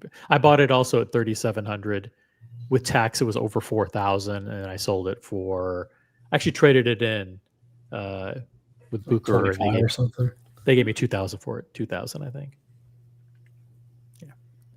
Awful. What's next? Oh, Zenith DeFi Classic. I purchased this in 2020, sold it 4 years later at a $2,600 loss. Doesn't this guy have like a really good collection? Yeah, he has an amazing collection. Why is he buying this stuff? No, because He's bored? he buys a lot of different brands. You know, he at the beginning, he's like me, like hey, I like Omega, I like Zenith, like all this stuff, and he went out and just bought it all. You know, and then, you know, as time goes on, you realize that the higher brands are the ones that you put on the wrist. Why would you ever put this on if you have a Royal Oak? I don't know, but I will say this watch on the rubber strap is pretty fucking cool. I've seen it on rubber. I liked it on rubber.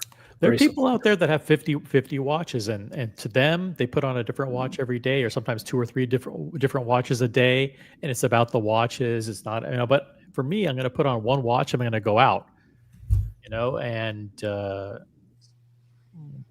this watch is basically $11,000 now retail, by the way. Wow. Really? Yeah. Defies, Skyline, Zenith, like they're like 11 grand. And if you buy a ceramic one, they're like $18,000. Choo, mama. I think this loss is not too big considering that at the time, Zenith watches were much more reasonably priced from the retail, and also you could get good discounts in the stores. Nowadays, nowadays you're spooked. Let's see what else. Oh, Streamliner smoked salmon. This was painful. I adored the design and finishing, but again, no adjustable bracelet. I purchased the watch for $25,000 and look how ugly the back of that is. Yeah. It also has a smoked salmon dial. I do like that blue enamel small seconds streamliner though. Shout out to Brody. Shout out to Brody who gifted that to his better half. Yeah, Brody's Moser is sick. Yeah, Brody's Moser is nice, and he got it when it was that was a brand new model.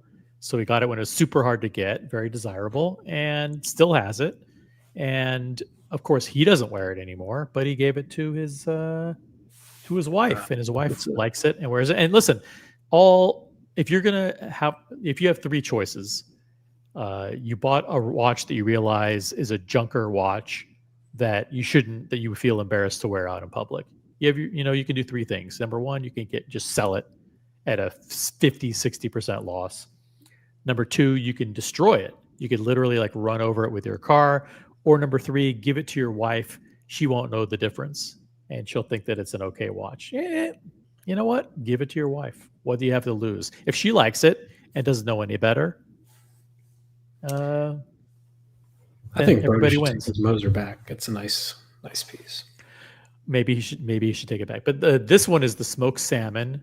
I hate the fact that they named it after the fish. Yeah, you know, like they're trying to be like playful with it.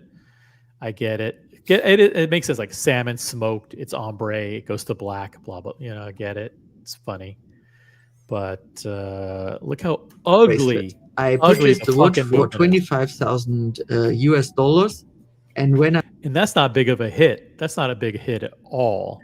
You know, the trade price I'm assuming would be like if like I went to like a Nashville watch or whatever and called and said I have this watch, I'd be lucky if they offered me like 12 grand for it. Yeah. I don't know what they sell for in secondary. Maybe someone in the chat knows. Guys, what is the market price of a used smoked salmon Moser streamliner? Good thing he covered the serial number, by the way. Yeah, because I mean, he might get blacklisted from Moser Club. By Moser, exactly. It's like you're out of Moser Club. Look how terrible the movement is. I mean, look how awful. Now, I have seen Mosers that have incredible movements. So yeah, this is kind of just an anomaly. Yeah, of course. This is just an anomaly. Most of them are beautiful. It just so happens that this one is a disaster. That's a very ugly looking angle of this watch. And most other angles are more flattering than this. Laureato Here Blue. we go. Watch number 7. Number 7. Girard-Perregaux Laureato Blue Dial. Of course. The biggest loss of all, I bought this for $13,500. Oh, he paid full retail. He sold it for $5,500. Holy shit! Holy shit! Really like a crazy hit. Like that's like that is a crazy... Is rape illegal in Dubai? Holy fuck! Oh my gosh! I mean, these are. I know people say like Girard-Perregaux, it's got history. There's a heritage to them. I get it. And these aren't the worst watches in the world, but they're not. But it's so competitive. It's so competitive.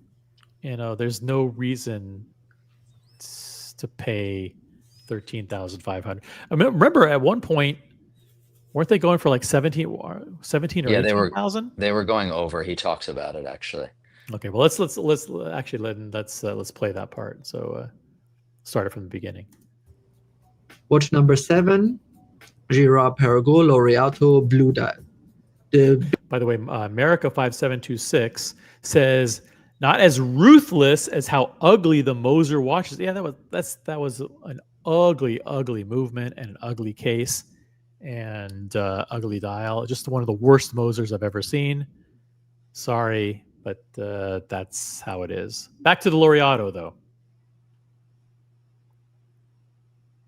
Biggest loss of all, I bought this for $13,500 before the hype started. And look at how awful that one looks. Ugh. Look at that. The rotor. I mean, the rotor isn't the worst rotor I've ever seen in my world. Look at like manufacturer Girard-Perregaux there, and this What I'm looking at, what bothers me is the big round rim. Yes, it is so different. It's like almost like, all right, guys, display case back. What do we got? And they like went in some toolbox and like, we have these. Perfect. Slap it on. Like, yeah, the watch is very angular and it's brushed metal, and they just put this round, that big round circular thing around and it looks like it adds tons of thick. Maybe visually misleading. It looks like it's a thick domed back, but it's not. It's probably very thin, but it's just the way that the reflection is hitting that right side. It looks like it's one of those Rolex Oyster Perpetual domed bezels. Yeah, on the back of this watch. Yeah, and sold it for just $5,500 when the hype was completely dead and gone. A whopping $8,000 loss. At its peak, the watch was going for $18,000. Meaning the timing. What the fuck? What the fuck? Yeah, this was a big mistake, dude. I'm going to see him in Dubai. He's going to be very cool. At its peak, the watch was going for $18,000, meaning the timing difference between an ideal sale and my real sale was $12,500. I still think it's an awesome watch, but I prefer the IWC Ingenieur because of its comfort and adjustable clasp. This really drove home the fact that watches are not investments. Agreed. The link. Drop the link. Sure, I'll drop the link. Panel. Boom. Boom. There's the link. Yeah, so, I mean, 3 of them were Tudors, a Moser, a GP. I mean, doesn't that tell you everything you need to know about why we say what we say on this channel about only buying the brands that are the approved brands? I mean, I know it's sometimes people say like, oh, it's a shtick. It's a shtick. Wow. But like, I mean, look at it. It's Moser. It's 3 Tudors. It's GP. It's, You know how I see it? Can you go back to that Moser? Yes, I can. Not the Moser. I'm sorry. The Gerard, whatever. Let's look at that watch. Actually, let's go back to any of the Tudors. Let's start with Tudor. Perfect. Okay, well, let's go all the way back to any of the Tudors. I'm surprised this Rolex was even in here. That's terrible. Okay, Tudor.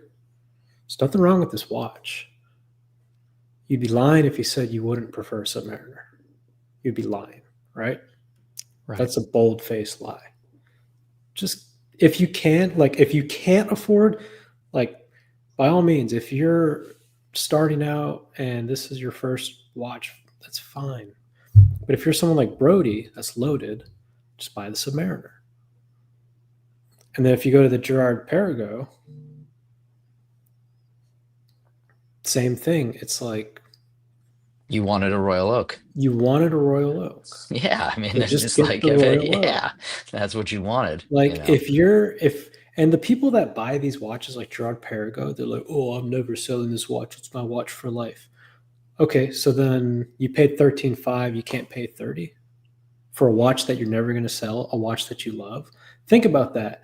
How much more? It's a cup of coffee a day for the rest of your life, and you can have a Royal Oak, which you really want, versus a Moser.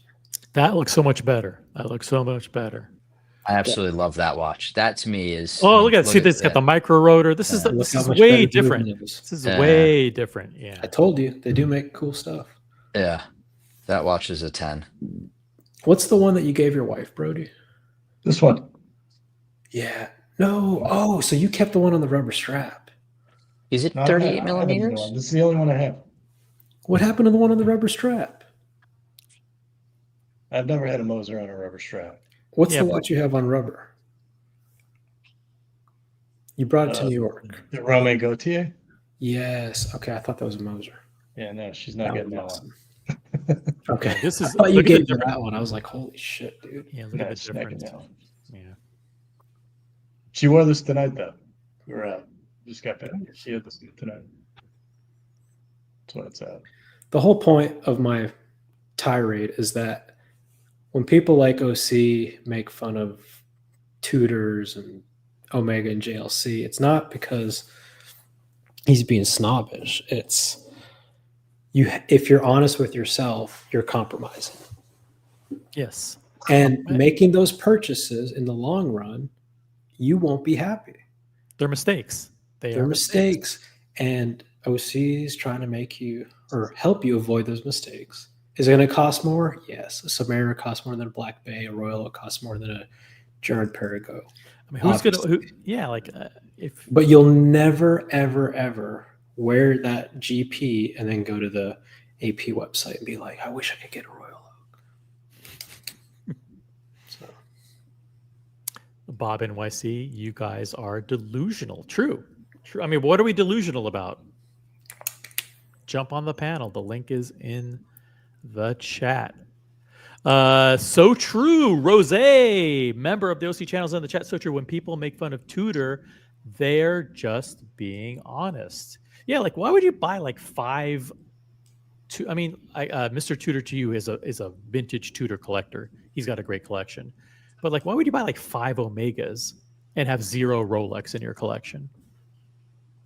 Because you distinctly want to be an Omega guy. If you're a Speedmaster guy and you collect vintage Speedmasters and you like the history of the Speed, I get it on Speedmaster. I think Omega has a broad enough range that you can have 5 Omegas and it's not overlapping. But I think with Tudor, it's very difficult.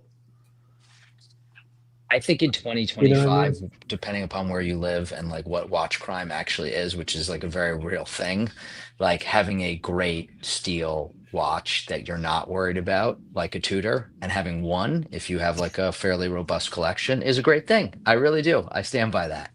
But to have 5, ridiculous. And all it is. As someone who does not own a Royal Oak, who would like a Royal Oak, who has tried on various Girard-Perregaux and various Ingenieurs, like when you're staring at yourself, you know what you really want. I mean, that's just you want an AP. Yeah. You don't want to pay the premium, or you're just not allocated one yet, or ever. But that's the decision you're making. America 5726, Omega guys in quotes are the worst in the hobby. It's okay to own an Omega, but it's not okay to be an Omega guy. I actually have an Omega right here. Check it out. That's the worst Omega ever. This one? This I is hate bad. that watch. It's so bad. Yeah. The Omega Seamaster Wait, Diver what 300 do you like M. about it, Diego? What don't you like about it? Yeah, Or what it you looks know? like a damn Dairy Queen Blizzard or something. I don't know. I've never liked the helium valve. Oh, Never I liked don't it. mind. I don't mind the valve. I like Yeah. that watch when it's the what's that? No Time to Die one. I like Yeah, that the one. James Bond one. Yeah. I like the blue one where it's time only. Right. That watch OC looks like it came out of 2011 or something. yeah, you don't like it? It is thick. Diego has a way of just like we're in a watch for you. It doesn't it look like a watch that was like a new release in 2011? You know what Diego did to me when those anniversary Vacherons came out and with those Guilloche dials, and Diego's like, they're horrible. I'm like, why? They look great. He's like, looks like a damn postcard. He just completely ruined the watch for me. I have one. I have the anniversary dial traditional. So I good at it. absolutely love it. I stand You by can't. that You dial. don't have a camera on, so it doesn't. They it do doesn't look matter. like if Vacheron made postcards and they had. You're like, not wrong. When you said it to me, I was like, well, he's not wrong. Anyway, I would have. Brody, I would have go much ahead. preferred if they did something on like the rotor, and the dial. But anyway, Mike Lewis, welcome to the show. Hello, gentlemen. Tell us what do you disagree with something that's been said so far? Yes, I'm actually a big Omega fan. I will defend the brand. Sorry, technical difficulties. Mike is no longer on the panel. No, I'm just kidding. All right, sorry. Hey, you've got an Omega, so don't I do. Can't complain there. I'll be right back. Omega makes good Say your watches, piece. actually. They really do. Of course they do. Yeah, I mean they're in that tier right below the approved brands with Vacheron, Right. Omega, Cartier. It's better than Tudor. Better than Tudor for sure. Way better. Way better, Tudor is exactly. garbage. Would you like to know which ones I have? Which one is your favorite one that you think would have the best chance of impressing the three people on the top of the screen? I think that you would like the Speedmaster Apollo 11 in all gold with the red burgundy bezel. Mm. You don't like that? No, That's a unique. no. That's a unique watch. It is. I don't like red and black together. What I do you mean, like, I don't like. It's got a gold. No, it's red gold, bezel. It has the gold bezel. No, it has. Sorry, it has the gold dial with the red bezel. Do you have it handy? I don't have it handy, unfortunately. It's the Apollo. It's the Apollo 11. It's got that. It's got actually a piece of the moon on the back of the watch, and it's got the open. in that case, it's open incredible. case. In that case, I definitely In don't. that like case, Wait, what? I'm just kidding. It's tough. It's tough when we try to blend the worlds. Like this is the elitist watch channel, and we have people who, I think it's hard to beat a standard Speedmaster, and when Yeah, well, this is a special edition. This is what I know, it but commemorates.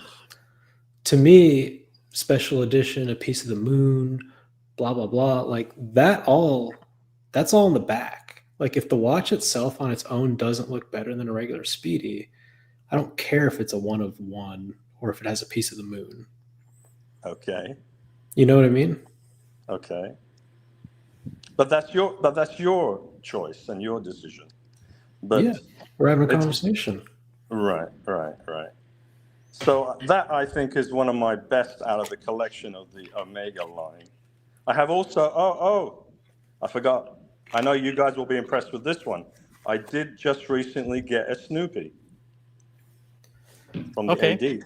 That's the blue with the blue strap. Yeah, the silver. That's Yeah, a the great- silver. That's a very silver nice Snoopy. watch. Yeah, I did get that. So I think you might like that one on the Yeah, panel. I do.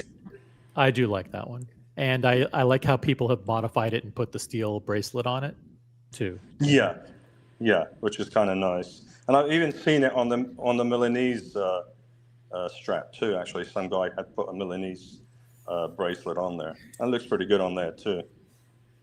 Yeah, but what do you, Mike? If you don't mind my asking, what do you have in your collection that would be part of the approved brands, like the OC approved brands, or do you have no interest in those at all? Yeah. I've got a few Rolex. I've got the GRNR. I've got the rhodium dial Yachtmaster. Nice. I've got the date just in the rose gold with the Jubilee strap, the bracelet. Yeah, and it's got the, I don't know if you've, I don't know the actual numbers because there's so many numbers. It's the one that's got the rhodium dial and it's rose gold, and it has the 9 and the 6 with diamonds. Oh, okay. You know the one I'm talking about? Yes, I do. It's a 36 millimeter. Got it. Yeah. Yep. Cool. And cool. then, That's a very nice collection. And then I got actually another one. I did get the Starbucks also from the AD. That's a very impressive collection. That's good. Yeah. Thank you. Yeah, I don't have a Submariner in my collection. Diego, do you have a Submariner? No. Brody, do you have a Submariner? I do not. Wow. And that gentleman early. Sorry, go ahead. No, I was just saying, like 3 Rolex people, people who say they love Rolex, but not a single one has a Submariner in the collection. I have a sub. A modern one. You do? It's Too big. I'm going to show you my traditional dial. There you go. Here it is. Love that. Yeah. Oh, so you got the anniversary edition. Oh, very nice. I got it. Very yeah. nice. Oh, Well, awesome. that's a surprise unboxing. I love that. Yeah, I've had this for a while. Yeah. That's awesome. This was the first Vacheron I got. Wait a minute. When did you get that? I got it in. It had to be recently. Recently, I got it in probably middle of May. Yeah, that came out in April. It came out in April. Wonders, came out Watches and Wonders. I tried that on at Watches and Wonders at the Geneva boutique. Yeah. Is that the same watch? I tried on the platinum one. That's the rose gold one, right? This is the rose gold. Yeah, I went rose gold. Holy shit! Like surprise unboxing. There you Holy go. Trinity. Holy Trinity. Holy unboxing, Trinity guys. surprise unboxing. Yeah. Is this the same watch Kevin has, but just with it's a special edition? Special edition with I believe so. Kevin's got the regular white or so. Yeah, I love Kevin's watch. Yeah, it's nice. Yeah. The It's movement great on those size. is amazing. Yeah, it's like 38 millimeters. It's really beautiful. That's pure class. Short lug to lug too. It's very Yep. wearable. Yeah, that's nice. Super nice. I was psyched See, about it. I'd much rather have that than like a JLC, or I mean, how much are those? You can get those for like 14. This was the non-special edition. No, they're in the 20s. This was 26 or something like 24, 25. I mean, like Something the like that. non-special editions. Oh, I don't you think get them so. for like 15 or so. I mean, maybe in the secondary for sure. I mean, Vacheron drops like a fucking stone in the secondary. That just kind of goes back to what we were saying. Like, you could buy a GP for 13.5 or a Zenith you could for 15 or 17, whatever it is. It's like totally. you have a watch like this. Like, yeah, you can't get it new from the AD, but show that movement again. I mean, 15 grand, rose gold, white gold. Is that the 4400 movement? No, actually, I mean it's the same movement that they have in all the traditionals. It's just they have a different finishing on it, like a different type of striping that they rediscovered. Right.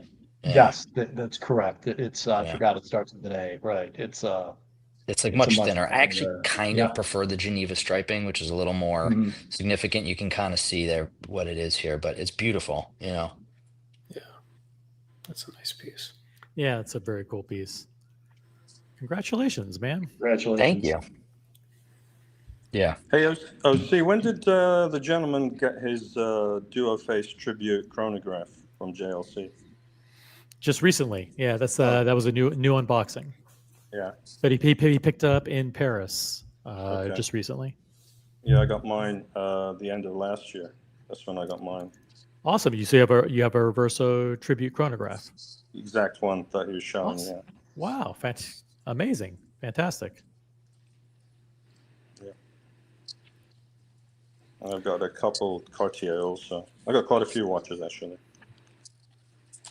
That's what it. Listen, in a way, I envy collectors who have a broad range. You know, in a way, I self-impose the restrictions because I know that I won't wear. You know, I won't wear. If I have 15 watches, I'm concentrated on wearing like 5 of them already, and just buying another one just means, you know. So ZD, that is the 4400, which is the same movement as in the 1921 as well.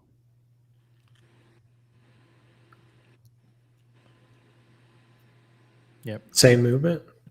Mm-hmm. That's pretty cool. I absolutely love the 1921. That's another watch that is, I think it's like mid 30s at this point, but that you can find out there for markedly less. And that watch is awesome.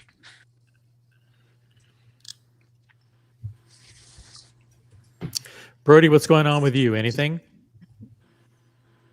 Well, I did pick up a piece recently. If you guys want to see it? Sure. It was a new piece of first authorized purchase of this brand from an AD. Sounds fascinating. Some people know what it is, but most people probably do not. So this is a fresh unboxing. Guys, we've been on the air for over 3 hours. Over 3 hours. If you support the great content, let us know by upvoting the live stream. Also, you can become members. You guys know how to do that. So we're not asking for super chats, but become members and support the channel. Oh, Brody's gone. Oh, that was fast. I missed it. That was it. Congrats. That was a good unboxing. I had to let my dog out. So you picked up a piece, first one from this. We'll they'll let the chat kind of let that sink in. First piece from this AD. First of this brand from this AD. First of this brand from this AD. Any guesses in the chat? Start guessing. Yes or no questions. I never bought this brand from an authorized AD as a new piece. Let's remind people what you have in your collection. You have an AP Royal Oak 15202. Correct. Which you bought pre-hype. Pre-hype from an AD. 2012, right? 14. Yep. 2014. You have let me see if I can get this right. You have a Patek Philippe Nautilus 5712. What's it called? 5712? 5712. 5712, which is the moon phase. The off-center one. Pre-hype. Yeah, 2011. So already those are two bangers that almost nobody would ever dream of ever get, they'll never get in their collection. A 15202 and a Patek 5712 stainless steel. Boom. And then you've got a bunch of others. You've got a Vacheron 1921. Got a 1921. 1921, which is the one that's the square one, the driver's watch, where you hold it this way and the things are offside of cattywampus. You've got the rose Moser. gold or the white gold, 1921. White gold 40. Beautiful. 40, cool. It's got the Romaine. I got a Romaine Gaultier. Yeah, it's an awesome watch. Continuum Titanium Edition 4. It's the black titanium with the black dial and the blue accents. Yeah. You don't have Urwerk, do you? What's that? You don't have Urwerk, right? I don't have Urwerk. Okay. Got Explorer 1. Explorer 1. Did you put that thing on Oysterflex? It did. The new one you got? Yes. Okay. Nice. I got Yeah, the so aftermarket. you've got a lot of great watches. Probably if we stop there, that's the best collection. Wow, But that's you just stop. I only have 6 pieces. That's it. Did I name them all? And then the Moser, and then what else? Yeah, and then let's see. Got it. Yeah, that's it. 6 pieces. That's it. That's a very concentrated but very potent. Just the hits, baby. Yeah. Those are big hits too. Those very big hits. And then I went into this AD and I said, I'm interested in, I put 2 watches on my list and tried to pick the best ones out that I thought I could get. Interesting. Not expecting a call on either one of them, but I got a call 6 weeks later. Damn, 6 weeks. That's how we roll. That's how we roll in the colony. Air King Ben in the chat. What's up, Air King Ben? And then Chalk flew up, member of the OC channel. Gautier, awesome piece. Thank you. Chalk flew up. He had a really nice unboxing. Chalk flew Very up. nice. I don't on block. That thing was insane. I didn't realize how expensive it was until I looked it up. That's an expensive watch. You gotta look at it. It was like 380,000, right? and it's steel. It's steel. It's outrageous. It's outrageous. He's got a great collection too. He's got some good stuff. That piece was like nobody else is gonna have that piece. That piece was sick too. Yeah, I've been seeing this one piece on Instagram that popped up. Is it what's it called? Is it Berneron or something like that? Yeah. Yeah. Sylvain Berneron, his new perpetual or quantum calendar is unbelievable. And then there's the Mirage one that's like kind of off shaped. Like when you see it's his version of kind of the Crash. There's one up at the Phillips auction right now. Is that the weird looking watch? Yeah, I'll pull it up. Like like when you look at a watch and you just look at it and go. I posted that like 4 months ago, and everybody fucking made fun of me. Yeah, so this is the brand new one that he just not this one. released. Never mind. Yeah, this is his calendar that just came out like Where's 2 the weeks weird ago. looking one? It's got a military, what do they call that case back that's closed? Yes, that's the one. Yeah. This is the quant. Yeah. That is And then nice. the other one's the Mirage, which comes in 2 sizes. The Mirage. Look at the cat. This is the look at this. I mean, that's just cool. You're never going to see that, but I want to see pictures of the. Oh, it's got like the military. What do they call it? Back, yeah. Officer case back. Yeah. That's sweet. I want to see a nice, like a whole picture of the front of it. I like the other one better. The other color. He just did like a new release of the other one for like people who own it already, with like a jade dial that's been floating around on Instagram, like a kind of like minty colored jade dial. It's lights out, so good looking. Oh, see, how much are they retail for? I think it's 140,000 for this particular reference. 140,000 Swiss francs. Wow. I want to see the other dial color. It's only 140,000 Swiss. Okay. It's all right. It's only 38 millimeters. That's like pretty small. I Yeah. mean, it's small. I mean, it's good size for. And it's only 10 millimeters thick, so very wearable. I emailed them when the first one came out, and he was the one that wrote back to me, actually. Like, Really? Wow. yeah. So who is this guy? Sylvain Berneron. I don't know his history, but people are quite enamored with him. Yeah, You don't go to the Mirage watch. You don't remember like 4 months ago when that thing first got announced, or maybe go to timepieces. Yeah, it's the first one on the So left. he's a design. He's actually a creative designer. Oh, okay. I don't know. Remember, you guys were roasting me for First thing this. you No, but this one I don't like. This one this Yeah. one is. I love the small one. The lapis one, I think, is awesome. It's That's closed 34 case back. millimeters. It's closed Yeah. case back And though, right? no, open. And he designed the The the small movement ones? is the movement is in the shape of the Shaped like watch. this, yeah. Yeah. It's really cool. Yeah. Let's look at that lapis one. They're out to like they're not till like the one I think they're out till 2027 at least already.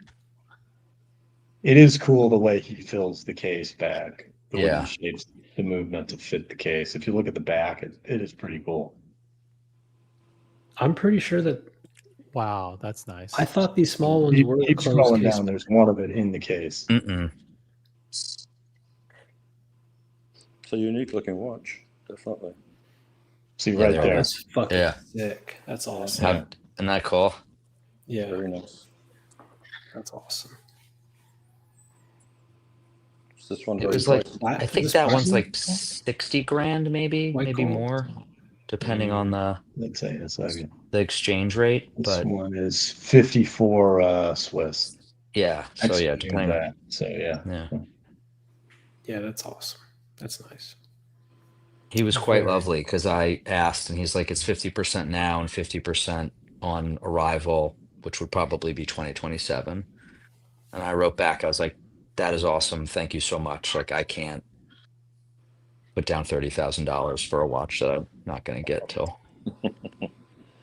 Is that all like a hand guillocheed plates there? Is that like what's the deal? I don't know, actually. I'd assume so, but I can't say for certain. I'm not sure he's a watchmaker. He was a designer at Richemont for 5 years, and then a chief product officer at Breitling. He looks like his background is in design and not actually in watchmaking. Not taking nothing away from him. It's a cool Is piece. the movement? There's a movement gold.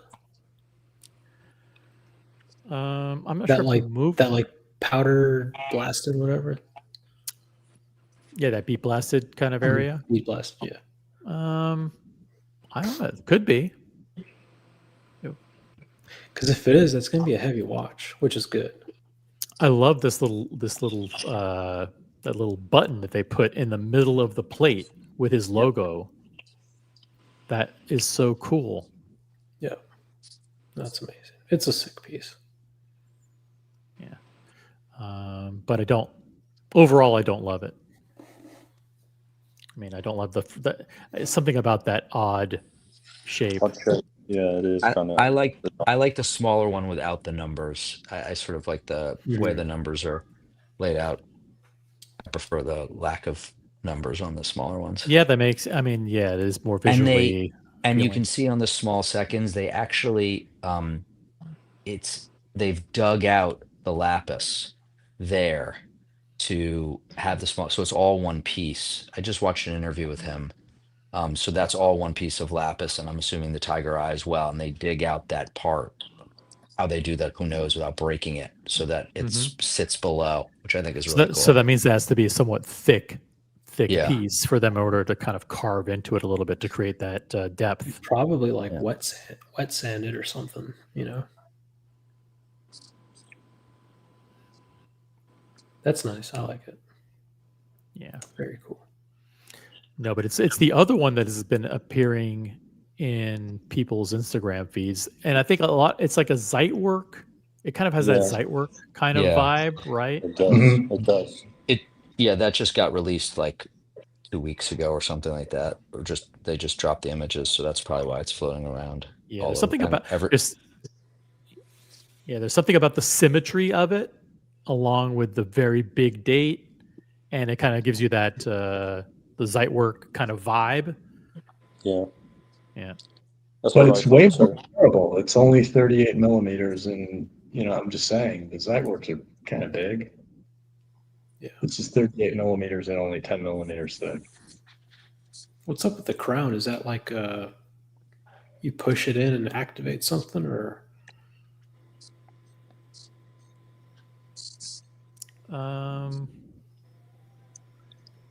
It's a good question. Because I'm wondering how you actually change the date, the day. I see It looks pushers. Like, yeah, it looks like there's these are pushers these, on. yeah, these are like a. trapezoidal kind of pushers or oval pushers here on the sides. It's funny that they don't have like a big head-on shot of it.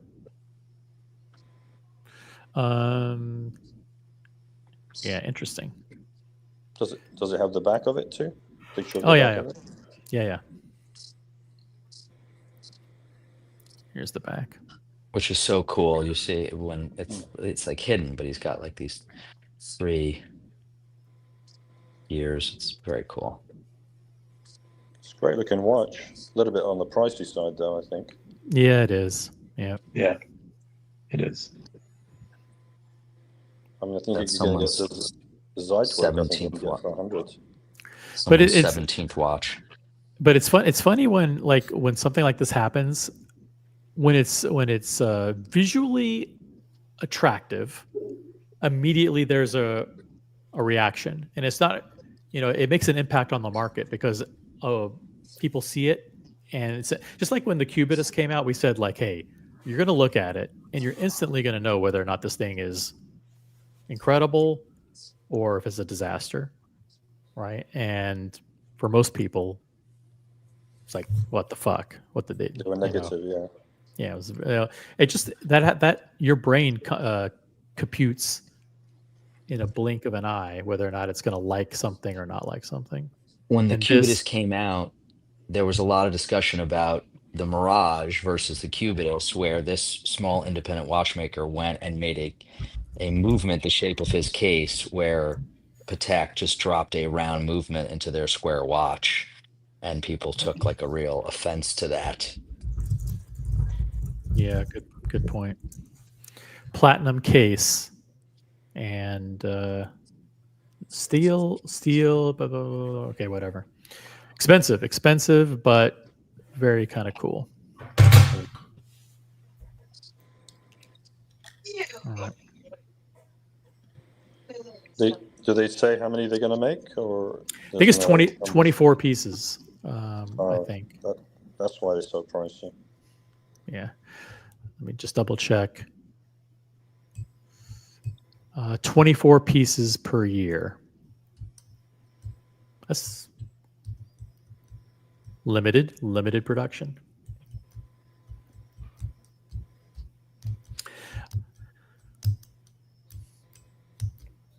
Back to the unboxing. It's getting back late. to the unboxing. Back to, and what I'm assuming, which maybe I shouldn't assume, maybe I should assume is a fully sanctioned, approved brand unboxing.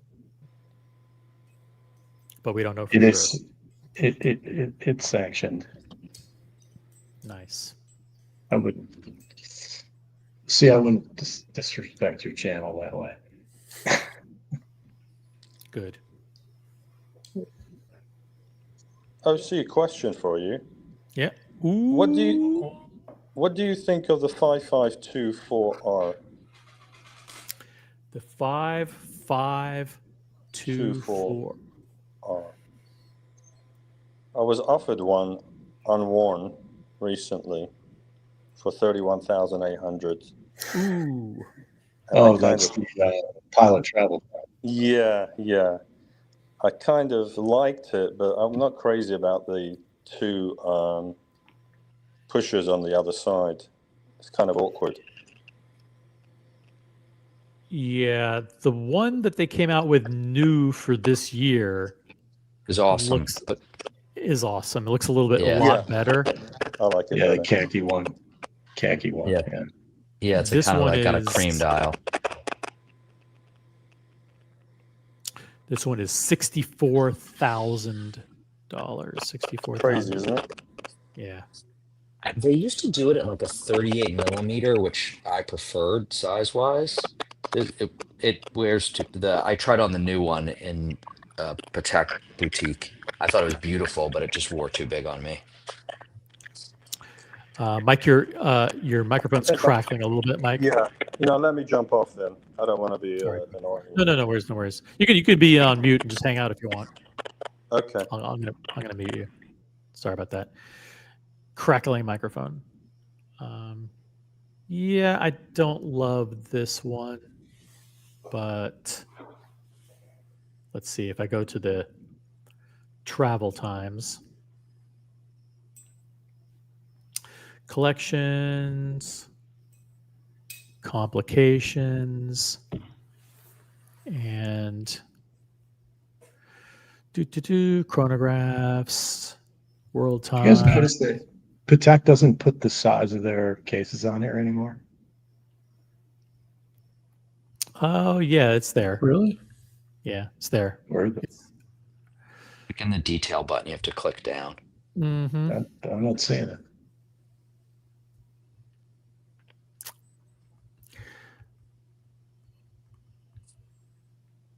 Where is the one that I'm looking for? The new one from this It's year. the 5524G. It's probably in complications. It's in complications, yeah. Yeah, I'm there. I think you're in grand comps now. No. No. 160 models. Holy shit. Oh, you're on like all. I must have gone to like all. Okay. Boom, boom. Here's the new one. Yeah. Such a difference. I don't know why. It is the same price though. The dial is awesome. Yeah. There you go. Same, unfortunately, small movement in a not the most attractive case back. On the specs. It's a big watch. Yeah, let me see here. This was time only, 38 mil. Be a banger. Took the shit off the site. Yeah, maybe it doesn't have the case size, but They took them all off the site. It's so Just told funny. the case is made of, and the water. Remember when they took the prices off earlier in the year? I know. How crazy was that? Yeah, I think they're Jorn. I hate when they make you hunt for stuff. I mean, the design of the website where you have to try and find out. I think where it's the model- 42 and like maybe 42, 42.3 or something like that. Yeah, it's big. Yep. Like even the AD was like, "That's too big for you." I was like, "Okay." Well, Back to the unboxing. back to the unboxing, but the chat is absolutely dead. People are. Is there a football game on or something? Is there anything else going on right now? Or is it just late on a Friday night? Where's Rose Paul? Rose, jump on the stream. I'll drop the link.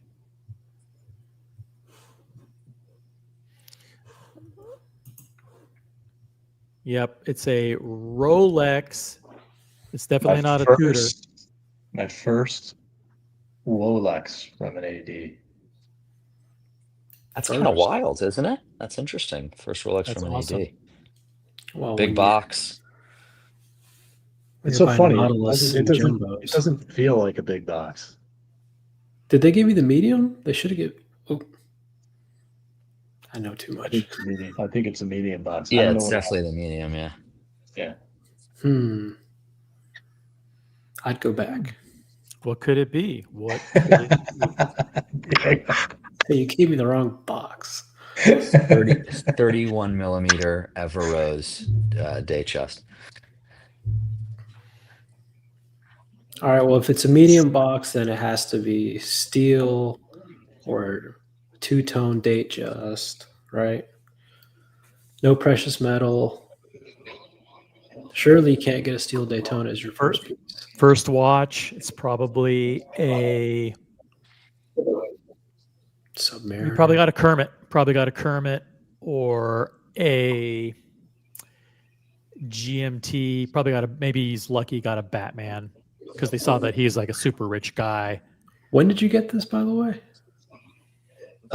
July. And they didn't give you the new box either? It's the new box. Oh, was the outer? No. Yeah, it's a new box. The outer thing was white, though. Is the outer box green? Yeah, the outer box is green. Yeah. Okay, I didn't see the sleeve was white. The sleeve was okay, white. I didn't see that. All right. Yeah, the boxes feel cheaper, to be honest. That cardboard is cheap, right? the green cardboard. Got some swag. Whoa! Ooh. Yeah. Holy shit! Look at that. Oh, look at you with the pens. Rolex pen. I don't have shit like that. Mine's old as shit. What did you get? Upvote the live stream. Upgrade your memberships, guys. Unboxing streams are the best original content. Oh, damn. Whoa. Holy shit. Nice. Is that a fountain pen? No, ballpoint. Ballpoint pen. Nice. Oh, wow. Cool. Mine's a push. Very nice. I don't get any swag. They bring you the watch, and it's like, oh, hey, I got this for you too. I'm like, okay, sure, great. Save it. It goes into a part of the closet with all the other stuff. It's literally, I haven't taken it out of the box since the day I got it. I know. It's sitting over on the desk. Guys in the chat, there's 50 people watching. Brody is about to unbox something from an OC approved brand. This is a sanctioned unboxing. It's approved. It looks like it's Rolex. Let's get those guesses flying in. What do you think this is? This is the first purchase from this AD. So I'll give you a couple of things. So I went for I wanted a particular model, a particular line collection. I wanted the best one that I thought I could get. Not having any, no, I had purchase history there. I bought jewelry, I bought Panerais, I've bought some other stuff. I've never bought Rolex from this. I bought my Patek from this AD in 2011, if that still counts for anything. So I do have history, but I had no Rolex history. The day I went to meet with my SA to finally put a request down, it was between this and another watch.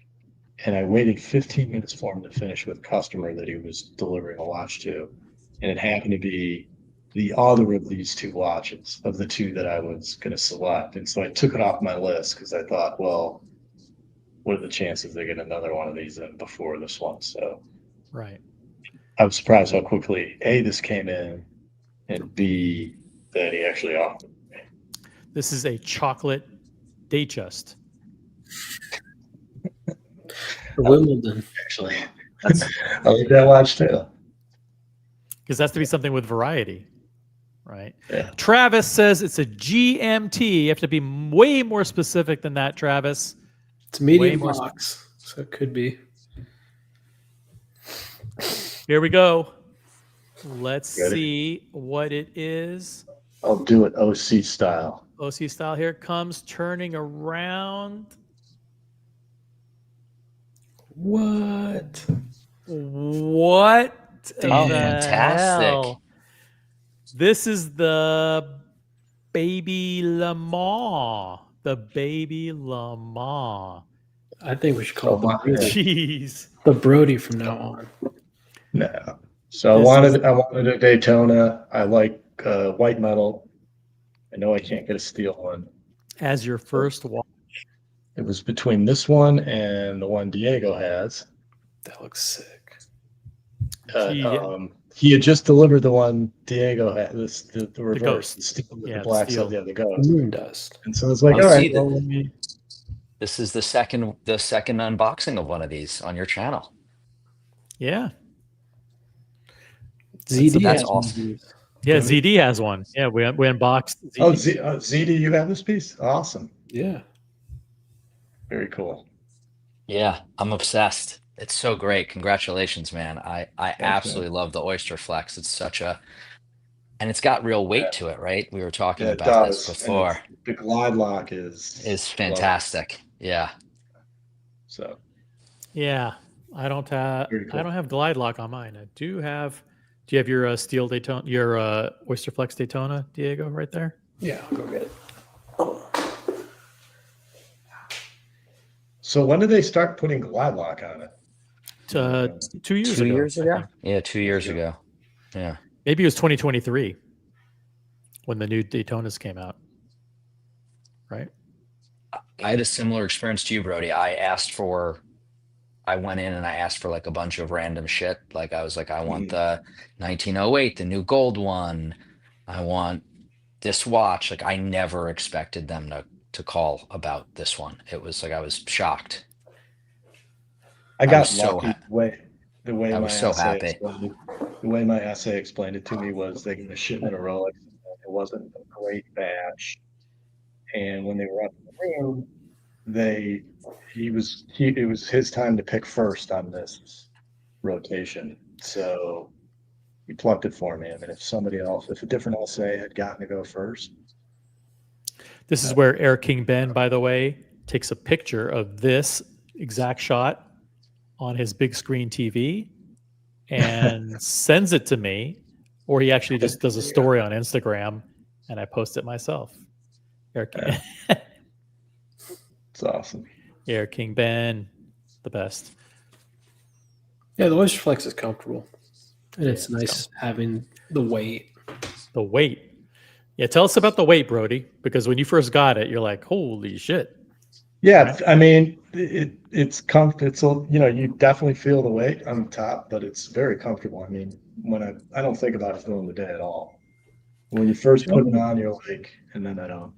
Show me the clasp, because the clasp got a lot bigger, right? It doesn't. The clasp might be bigger because of the glide lock. I mean, it does take up It's a lot longer. It's like the modern subclasp now, basically, which is big.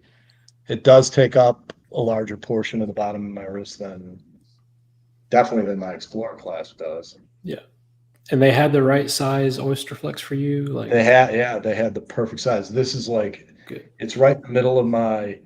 You can't see it, but it's right in the middle of my the bottom of my wrist, and the glide lock is in the middle spot. Nice. So very nice. It worked out perfect. By the way, here it is. Air King Ben's already taken the shot on his big screen TV. It's probably already posted to Instagram. That's so funny. Yeah, he's very cool. I'm in a shitty position because I'm like, sometimes Easy Link in is too small, so I got to pop it out, and I'm at the last notch. So if I get any bigger, I'm gonna have to get a new strap. No. Awesome. We've got 2 more minutes to midnight. So in that case, we've got 2 minutes to go. Another unboxing.